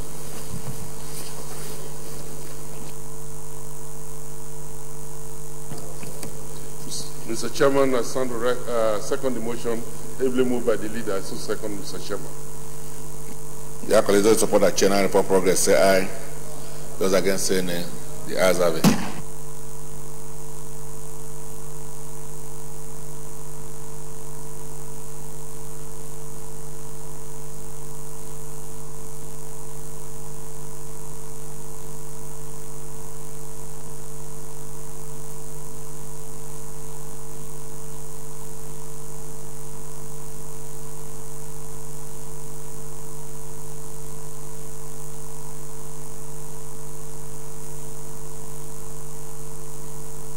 Very distinguished colleagues, the Senate and the Committee of the Whole consider the report of the Committee on Establishment and Public Service on the Institute of Mediators and Conciliators Bill 2019 and approve as follows: clause 1 to 10 as recommended, clause 11 to 22 as recommended, schedules 1 to 3 as recommended, explanatory memorandum as recommended, short title as recommended, long title as recommended.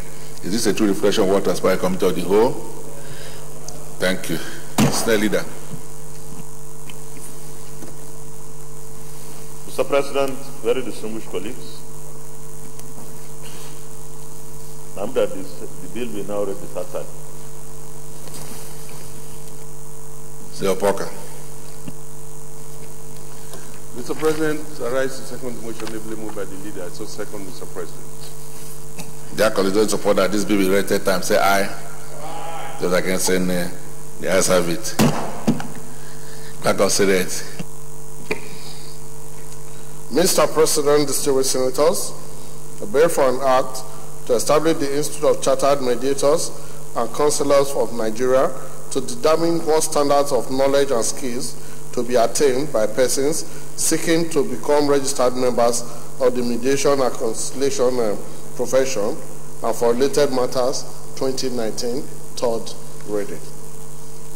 Dear colleagues, allow to establish the Institute of Chartered Mediators and Conciliators of Nigeria to determine what standards of knowledge and skills to be attained by persons seeking to become registered members of the mediation and conciliation profession, and for related matters, 2019, third reading taken and passed. Very distinguished colleagues, I would like to thank you for your commitment again to ensuring justice to all and providing jobs for our teeming population. And this is exactly what this bill seeks to do. In addition to the provision for alternative dispute resolution, which is of course key in a country as big as Nigeria, and the judiciary overburdened by so much litigation. But this is a new development, and welcome development that will have an alternative dispute resolution that will be able to address some of the challenges that is inherent in the individual society, which is conflict. And I believe that with this institution in place now, through this legislation, they'll be able to contribute to the resolving disputes, not necessarily by going to court, by bringing the parties together and making them to agree on the way forward, and then to be able to resolve their issues amicably. And I think that a lot of people will be engaged in these services, and this also will provide job opportunities to those who will be members of this body. So once more, I would like to thank Senator Porker and his committee for concluding work, and then of course, on your behalf, thank the sponsor of the bill for bringing it up. Thank you. Senator Leader. Mr. President, very distinguished colleagues, the seventh order of the day is the consideration of the reports of the Committee on Ethics, Privileges and Public Petition in respect of A, petition from Alhaji Kabir Suleiman against the National Assembly Service Commission for alleged forced retirement from the Commission.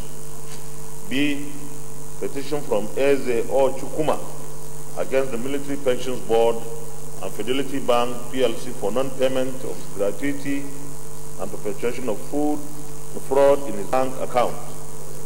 C, petition from Engineer Rashidat Al-Bashir against Abuja Electricity Distribution Company for her unlawful dismissal from the service of the company. D, petition from Undu A. Nan against the National Population Commission for denying him appointment to the post of Director, Administration and Human Resource Management for Secretary to the Commission. E, petition from O.J. Omoke against the Nigerian Defense Academy NDA for alleged wrongful withdrawal from the Academy.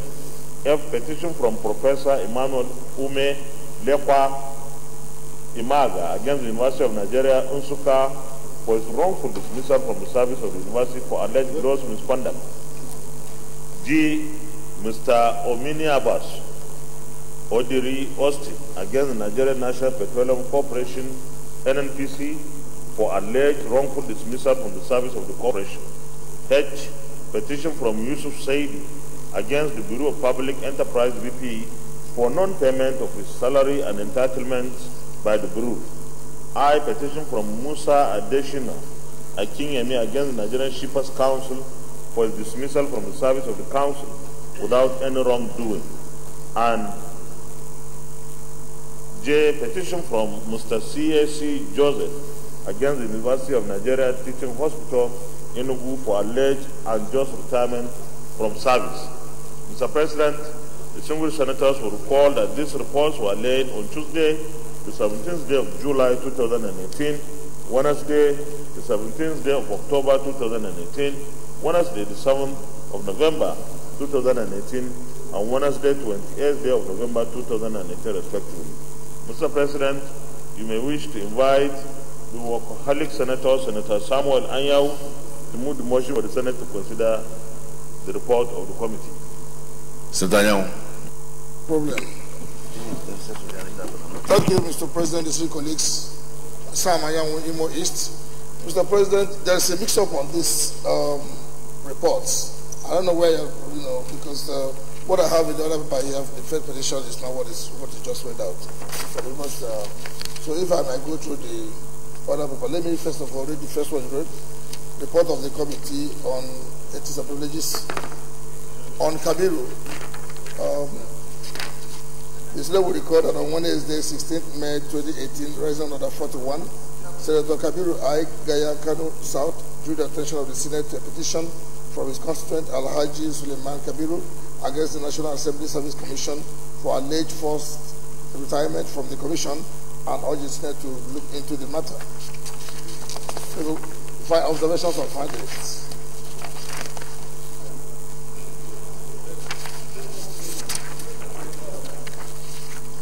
Observation of findings.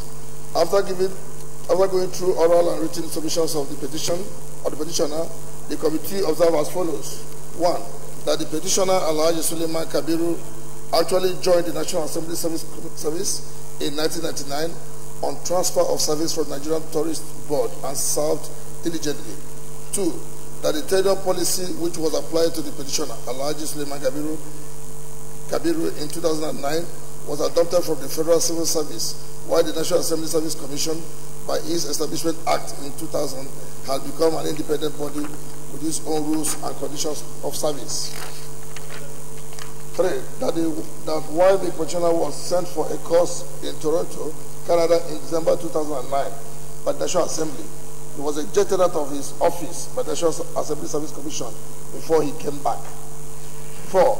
That the petitioner went to court, but that based on the directive of the National Assembly leadership, the matter was withdrawn for amicable settlement and that nothing was achieved at the end.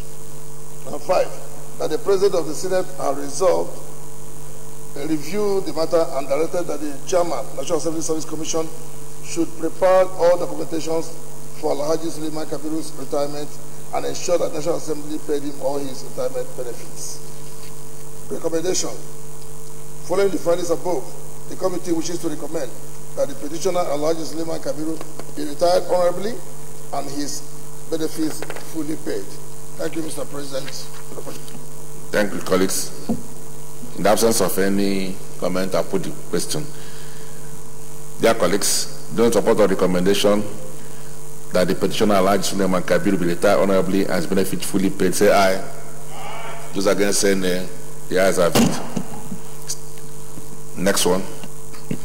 Next one is the Senate will recall that on Thursday, 3rd May 2018, it considered a report of the Committee on Ethics, Privileges and Public Petitions in respect of Tanzania Petroleum Company Limited against Petroleum Products Pricing Regulatory Agency for non-payment of subsidy on petroleum motor spirit imported, and resolved that the report be referred back to the committee for further legislative action.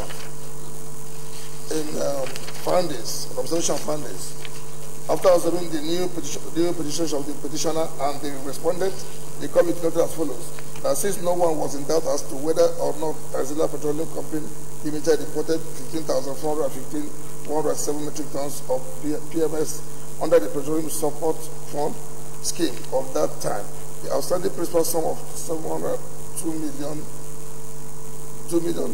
spent importing the 15,415,107 metric tons of PMS, the accrued exchange rate differences of 3,526,773,750 naira, and the accrued interest of over the period, totaling 10,802,859,663 naira 32 kobo be paid to Tanzania Company Limited. 2. That since the parties involved are no longer at loggers drawn, and since PPRA also felt that whatever could be done to support the survival of Tanzania Petroleum be done, the committee is of the opinion that Tanzania be paid as stated in the one above. Recommendation that based on the considerations suggested in bullet 5.50 above, the committee recommends that 1. Transitional Petroleum Company Limited be paid the sum of 10,802 naira 859,663 naira 30 copper as subsidy for the 15,467 metric tons of PMS it imported in 2008. That the Senior Committee on Petroleum Downstream be mandated to actualize compliance. Thank you, Mr. President. Thank you. Dear colleagues, I will now put the question. Those in support of the recommendation that Tanzanian Petroleum Company Limited be paid the sum of 10,822,859,663.30 kobo as subsidy for the 15,415.167 metric tons of PMS imported in 2008. Say aye. Those against say nay. The ayes have it. Recommendation 2, that the Senior Committee on Petroleum Downstream be mandated to actualize the compliance. Those in support of this recommendation say aye. Those against say nay. The ayes have it. Next one. Thank you, Mr. President. Mr. President, esteemed colleagues, the Senate will record that on Wednesday, 5th July 2017, Rising Order 41, Senator Joshua Lidani, Gombe South, drew the attention of the Senate to a petition from his constituent, John O. Agbo, against Chevron Nigeria Limited and Shell Nigerian Exploration and Production Company Limited for preventing Matrix Logistics Limited for providing steel dowering services at Bonga on and offshore terminal and Chevron JT Warri, and urge the Senate to look into the matter. In line with Order 41.3, the Senate referred to the matter to the Committee on Ethics, Privilege and Public Petitions for detailed investigation. Observation and findings. Having carefully studied the submissions and oral presentations of John Agbo Esquire, Chevron Nigeria Limited, Shell Nigerian Exploration Production Company Limited, and the resolution effort of the Nigeria Ports Authority, the committee noted as follows. 1.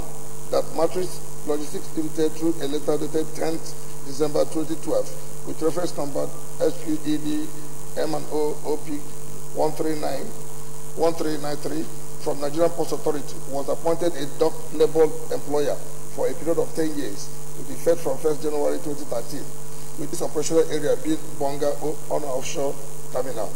2.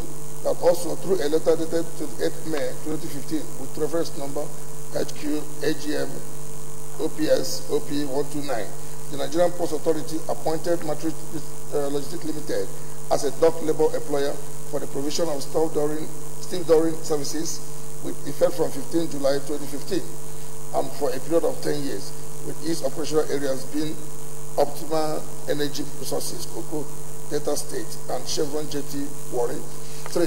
That on each of the appointments, Matrix Logistics Limited was duly informed to enter into formal tripartite agreement with Nigerian Ports Authority, representing government, and Shell Nigeria Exploration and Production Company Sneko Limited, and Chevron Nigeria Limited, the operators of Bonga on and offshore terminal, the Optima Energy Resources, Cocoa Data State, and Chevron JT Warri, respectively. 4. That as a follow-up to the stipulated tripartite agreement in number 3 above, Matrix Logistics Limited wrote severally to Shell Nigeria Exploration and Production Company Limited and Chevron Nigeria Limited for a meeting in order to consummate the agreement, but got no response from the operators. 5. That in accordance with the contract, Matrix Logistics Limited's appointment as a steel dowering provider with Sneko and Chevron Nigeria Limited will elapse in 2022 and in 2024 respectively. 6. That for 6 years and 4 years, the company had not been allowed to carry out the contracts by Sneko and Chevron Nigeria Limited in their respective contract areas, thereby denying it the right to carry out the legitimate business with attendant loss of revenue for these years. And 7.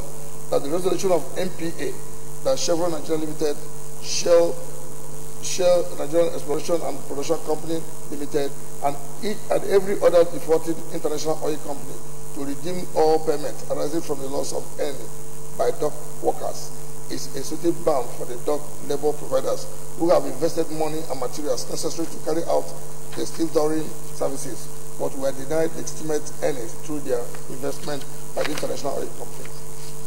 Recommendations. In view of the findings above, the committee hereby recommends as follows. 1. That the Senate do urge Chevron Nigeria Limited and Shell Nigeria Exploration and Production Company Limited to comply with the directive of the Nigeria Ports Authority to redeem all payments arising from the loss of earnings by Matrix Logistics for the years it was not allowed to carry out its legislative duties. 2. That Chevron Nigeria Limited and Shell Nigeria Exploration Company Production Company Limited should allow Matrix Nigeria Limited to serve out their remaining years of the contract as stipulated in its appointment letter. Mr. President, dear colleagues, on behalf of the committee, we should thank you for the support and cooperation. Thank you, Mr. Chairman. Distinguished colleagues, in the absence of comments, I go straight to recommendations.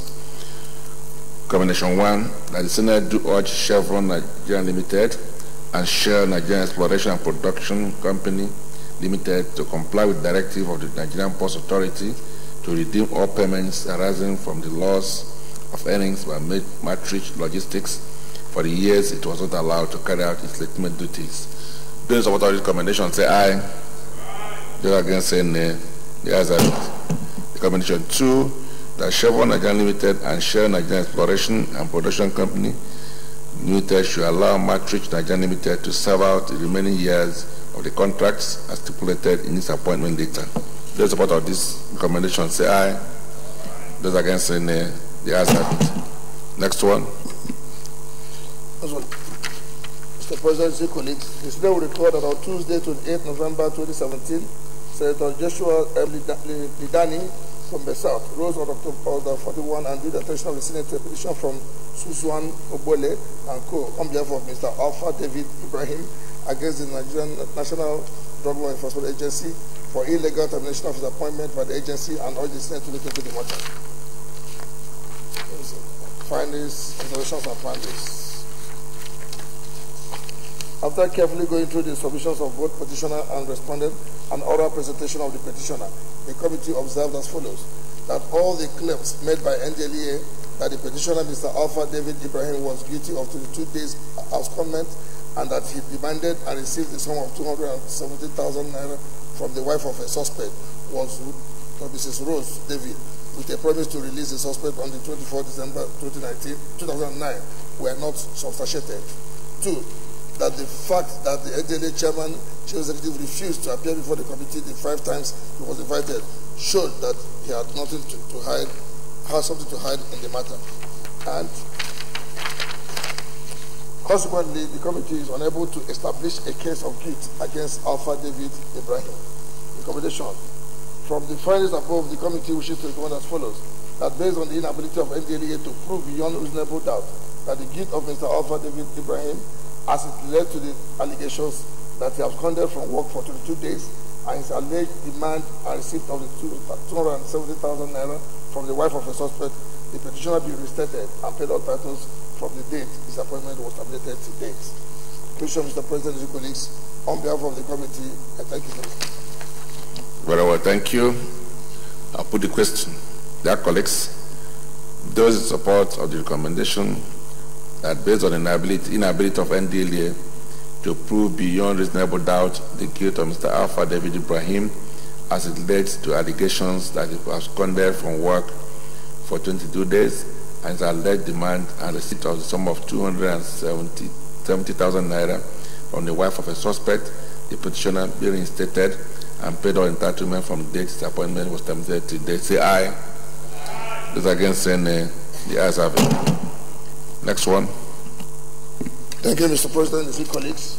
The Senate will record that on Wednesday, 25th October 2017, Senator Matthew A. Orugide, Edo South, rose on Order 41 and drew the attention of the Senate to a petition from his constituent, Bekele Jones and Associates, on behalf of Parsley Consult Limited and Emagbu Nigeria Limited against Shell Petroleum Development Company of Nigeria Limited for non-payment of accumulated rentals and expired leases and discriminatory payments from land reacquisition and rentals in the Niger Delta, and urge the Senate to look into the matter. Prospect observations and findings.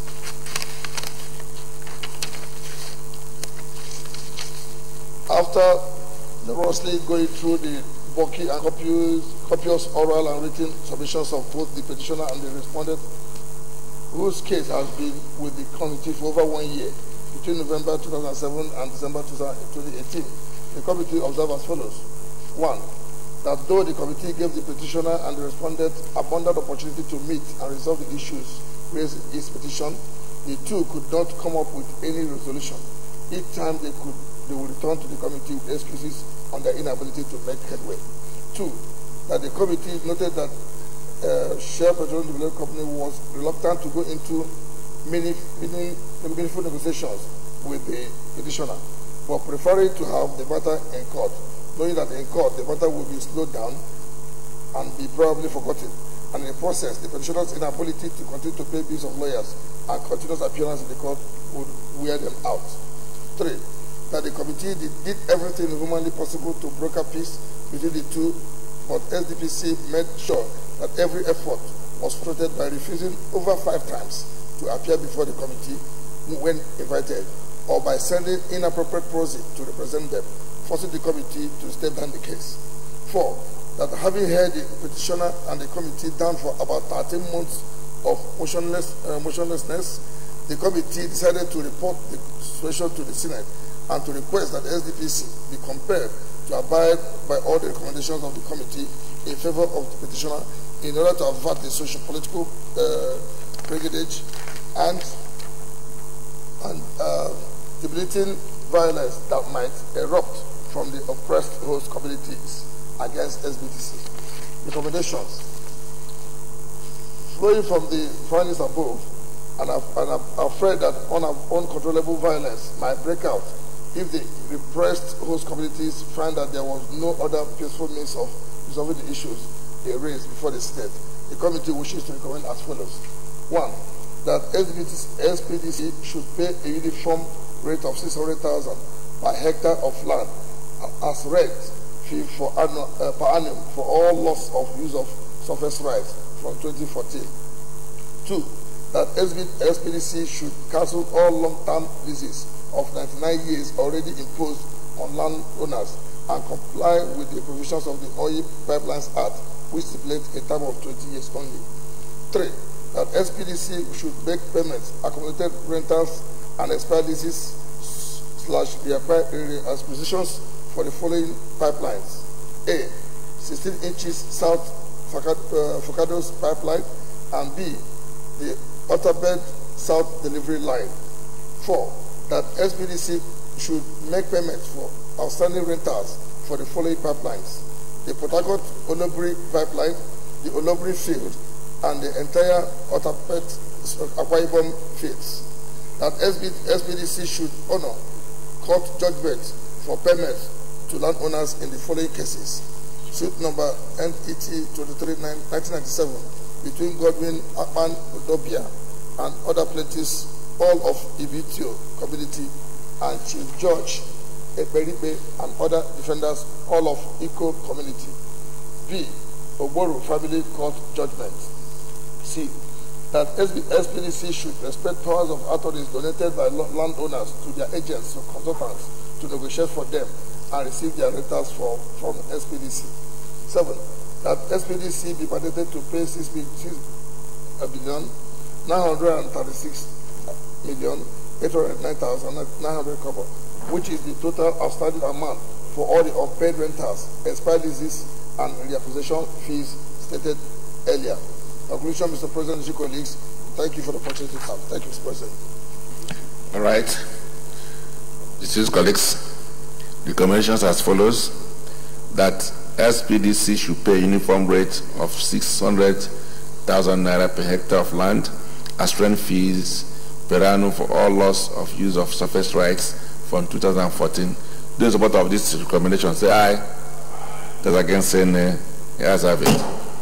Recommendation 2, that SPDC should cancel all long-term leases of 99 years already imposed on landowners and comply with the provisions of the Oil Pipeline Act, which stipulates a term of 20 years only. Those in support of this recommendation say aye. Those against say nay. The ayes have it. 3, that SPDC should make payments for accumulated rentals and expired leases and reacquisition for the following pipelines: the 16-inch South Focado Pipeline and the Otapate South Delivery Lines. Those in support of this recommendation say aye. Those against say nay. The ayes have it. 4. The SPDC should make payments for outstanding rentals for the following pipelines: the Port Harcourt-Oloibiri pipeline, the Oloibiri field, and the entire Otapate-Akwa Ibom fields. Those in support of this recommendation say aye. Those against say nay. The ayes have it. 5. The SPDC should honor court judgments for payment to landowners in the following cases: suit number NET/23/1977 between Godwin Akpan-Udobia and other plaintiffs, all of Ibito community, and Chief George Eberibe and other defendants, all of Iko community, being the Uboru family court judgment. Those in support of this recommendation say aye. Those against say nay. The ayes have it. 6. That SPDC should respect powers of attorneys donated by landowners to the agents, consultants, to negotiate for them and receive their rentals from SPDC. Those in support of this recommendation say aye. Those against say nay. The ayes have it. And finally, that SPDC be mandated to pay 6,906,899,900 naira, which is total outstanding amounts for the unpaid rentals, expired leases, and reacquisition fees stated earlier. Those in support of this recommendation say aye. Those against say nay. The ayes have it. Next. Thank you, Mr. President and colleagues. Consider we record that on Wednesday, 5th November 2017, President of 41, Senator Benjamin Owajimogu, Imo North, drew the attention of the Senate to a petition from his constituent, Chief John Chukwu, against the Nigerian Bottling Company NBC Limited for an alleged breach of contract between JC International Limited and Nigerian Bottling Company Limited, and urged the Senate to look into the matter. Observation and findings. After carefully studying the submissions and oral presentations of the Chief John Chukwu and Mr. George Polymenakos and the committee, noted as follows. 1.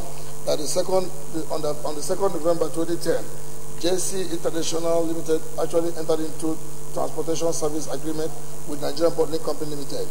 2. That the contract was for the haulage of the Nigerian Bottling Company Limited manufactured products by JC International Limited. 3. That in the course of executing the contract, JC International Limited breached some fundamental aspects of the agreement, like 1. Its inability to provide the required number of trucks for the performance of contract as specified in clause 12.0 of the agreement. 2. Inability to cope with the minimum 27 days per month or 90% in availability of trucks, shortages of deliveries and preferences of MBC products by JC drivers while on duty.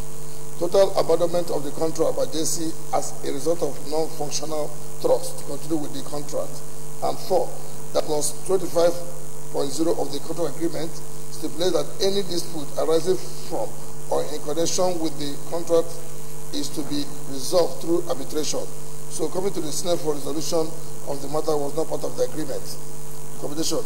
In view of the findings above, the committee hereby recommends as follows: that since the contract agreement between JC International Limited and Nigerian Bottling Company Limited was binding on both parties, JC International Limited should take the matter to the arbitration panel in accordance with the clause 25.0 of the contract agreement for settlement.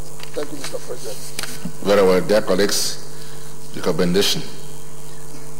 The committee is recommending that since the contract agreement between JECI International Limited and Nigerian Bottling Company Limited was binding on both parties, JECI International Limited should take the matter to the arbitration panel in accordance with clause 25.0 of the contract agreement for settlement.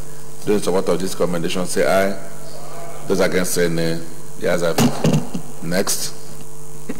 Thank you, Mr. President. The Senate will record that on Wednesday, 18 April 2018, President under 41, Senator Samuel Anyanwimo is drawing the attention of the Senate to a petition from engineer Rashidat El Abasha against the Abuja Electricity Division Company over her wrongful dismissal from the service of the company, and urge the Senate to look into the matter. What of the observation and findings? After carefully studying the submission and oral presentation of the petitioner, Engineer Rashidat Al-Bashir, and the respondent, Mr. N.S. Mpuewa, the Managing Director, Chief Executive of Abuja Electricity Distribution Company, the committee did as follows. 1. that Engineer Rashidat El-Bashir was a staff of the XY Power Holding Company of Nigeria, PHCN, before she was employed by the Abuja Electricity Development Company as a senior manager distribution on 30th April 2014 and placed on probation for 1 year. 2, that the AEDC Internal Audit and Risk Management Unit investigated the officer on alleged bribery and sabotage consequent upon a petition against her by the Residents Association of Road 43, Phase 1, Lube, Abuja, referred to it for investigation by the Federal Ministry of Power in 2014. 3, that the termination of the officer was not as a result of the report of the first investigation or her character that was at variance with the AED's core value, teamwork, but because her services were no longer required by the company. And 4, that the MD, CEO of AEDC, has restated Rashidat El-Bashir on compulsory ground as a result of appeals made by the Senate Committee on Ethics and Privilege Petitions on her behalf. Recommendations. In view of the findings above, the committee hereby recommends as follows: that the Senate do commend the Abuja Electricity Distribution Company for reinstating Engineer Rashidat El-Bashir to the service of the company, and 2, that the Senate do advise Engineer Rashidat El-Bashir to eschew all threats and tendencies would be at variance with the AEDC's core value and work with dedication from henceforth. Thank you, Mr. President. Very well. Dear colleagues, the first recommendation here is that the Senate do commend the Abuja Electricity Distribution Company, AEDC, for reinstating Engineer Rashidat El-Bashir to the service of the company. Those in support of this recommendation say aye. Those against say nay. The ayes have it. 2, that the Senate do advise Engineer Rashidat El-Bashir to eschew all threats and tendencies that would be at variance with the AEDC's core value and work with the dedication from henceforth. Those in support of this recommendation say aye. Those against say nay. The ayes have it. Next. Thank you, Mr. President. Distinguished colleagues, the Senate will record that on Wednesday, 12th October 2016, Rising Order 41, Senator Samuel O. Egu, Ebonyi North, drew the attention of the Senate to a petition from his constituent Eze-O Chukwuma against the Military Pensions Board and Fidelity Bank PLC for non-payment of his gratuity and perpetration of fraud in his bank account, and urged the Senate to look into the matter. Findings and observation.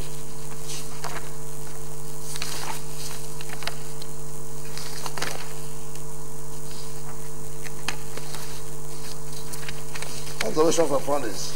After carefully studying the written petition, submissions and oral presentations of all parties, the committee noted as follows: 1, that Eze-O Chukwuma was actually discharged from the Nigerian Navy on medical ground with 80% disability on 1st January 2011.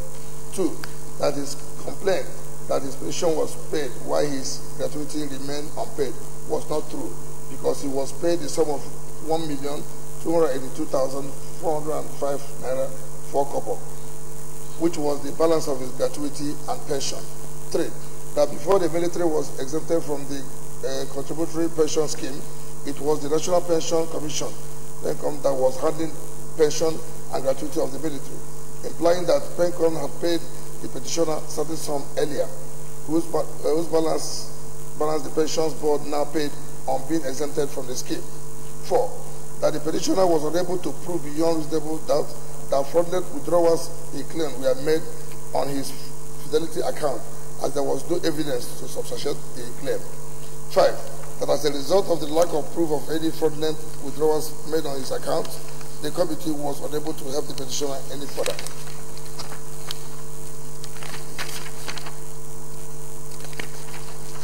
6, that because Fidelity Bank PLC and the Military Pensions Board were able to prove that all payments due him were made to the petitioner, which he collected without objections, the committee was convinced that the petitioner had no case and should not be granted any relief.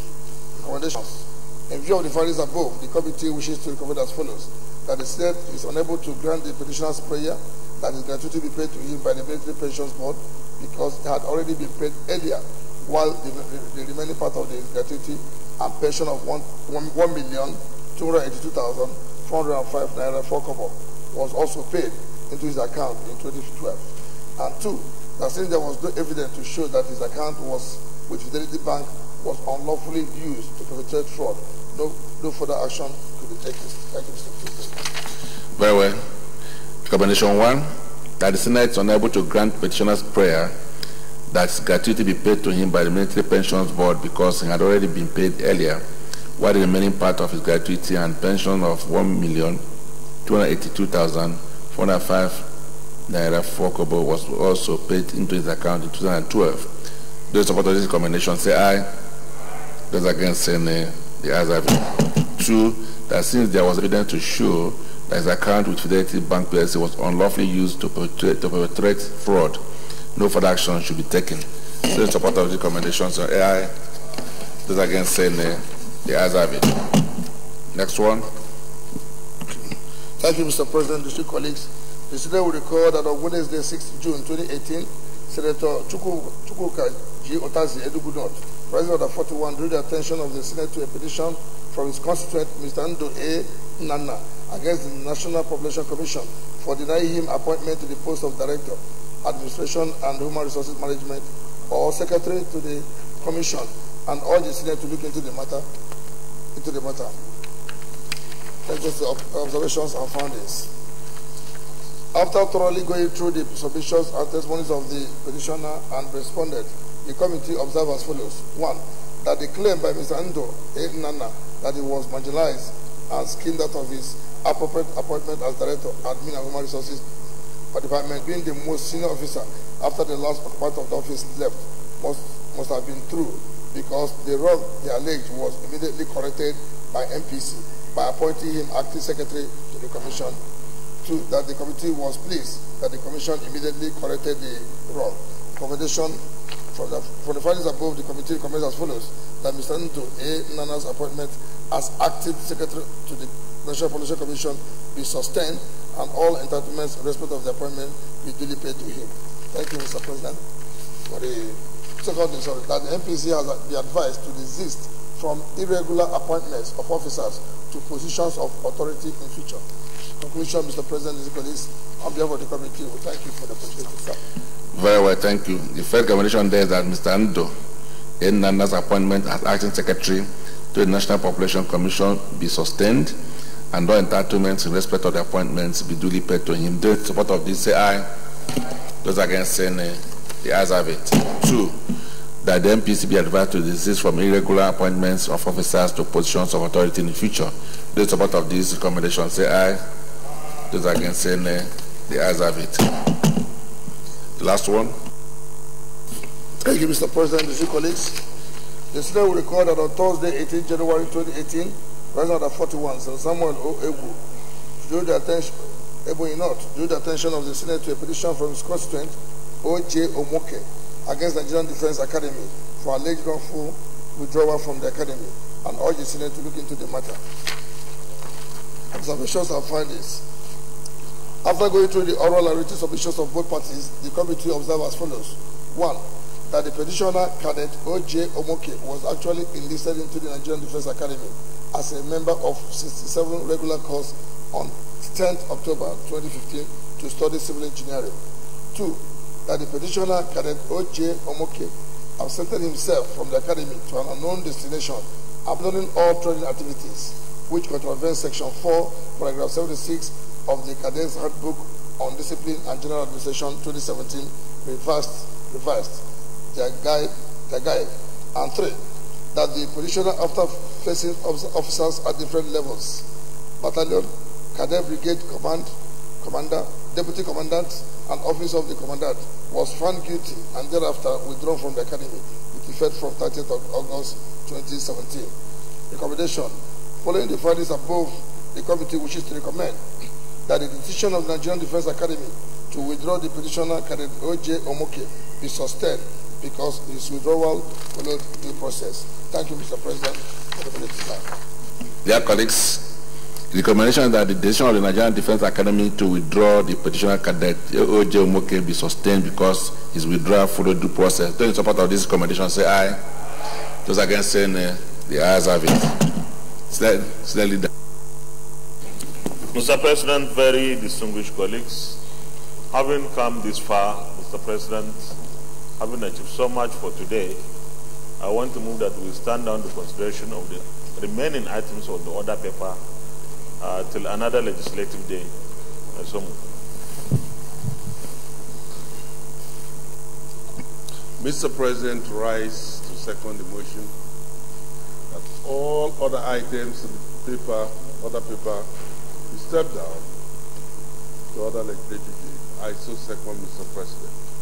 Dear colleagues, those in support of the motion that will stand down the remaining items to another legislative day, say aye. Those against, say nay. The ayes have it.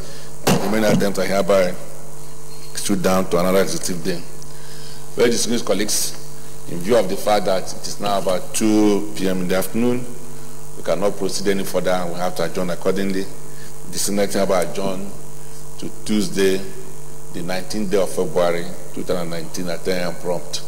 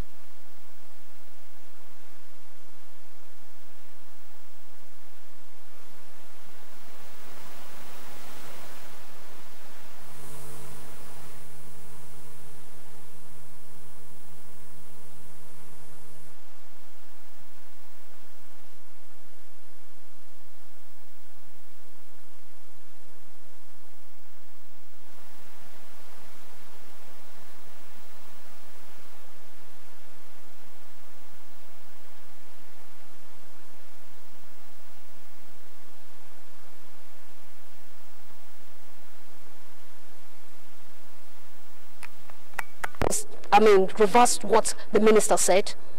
Well, just like during my contribution, what I said, the bill has been transmitted to us.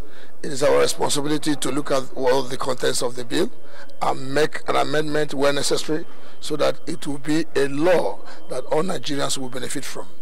We believe that we should try as much as possible to carry everybody along. For me, like I said before, I'm very passionate about the civil servants because I know what it means for somebody to put in over 12, 13 hours a day, working for Nigerians. Just like I compared overseas, a nanny that works in somebody's farm, in somebody's home, receives average of $5 per hour. And he puts minimum of 8 hours. And if you multiply it by that 8 hours, it's about $40 in 8 hours, which translates about 14,000 naira. I am paying somebody that put in 30 days, 27,000 naira. I mean, it's not something we should clap hands for. But like I said, we have to start from somewhere. But everything must be uniform so that people can have a feel. Like most of the people who are in the government, some of them have their personal drivers that pay 70,000 naira a month, and they've been with them for over 30 years. So how long does a civil servant serve, before you can retire? So I think that we must be able to make of human kindness. We must look at that these people are the same, even though we know that all figures cannot be the same or equal. But we must make sure that these people are carried along. But I believe I'm happy for them, and let us have a starting point. Does this be a current mechanism for self-adjustment in the future? Of course, nothing is sacrosanct. Laws are meant for amendment, so that's why you have legislature. You make law, you amend law, and you repeal law. As the Senate, is there sanction for those that would want to pay below the minimum wage? Well, let's get to there. Let us finish the bill. Let the bill be passed into law, and then let Mr. President assign it, and then we'll see that particular state. Of course, I'm sure during the committee work, they are going to put this into consideration, because every state must find a way to ensure you pay. If any state that does not pay, of course, the federal allocation, they go to jack meeting. They can take their money out from them as a first line charge. Thank you so very much for your passion to see Nigeria be a better place. Yes, that has been Senator Sam Anyanwu, a vibrant legislator. Well, thank you. It's on this note we want to specially thank you for being part of today's plenary. But I want to leave this with you. Do remember that we are each other's harvest, we are each other's business, and we are each other's magnitude and bond. So let's stay united and show love to one another. I am Christy Ewudagi. Till next week, goodbye.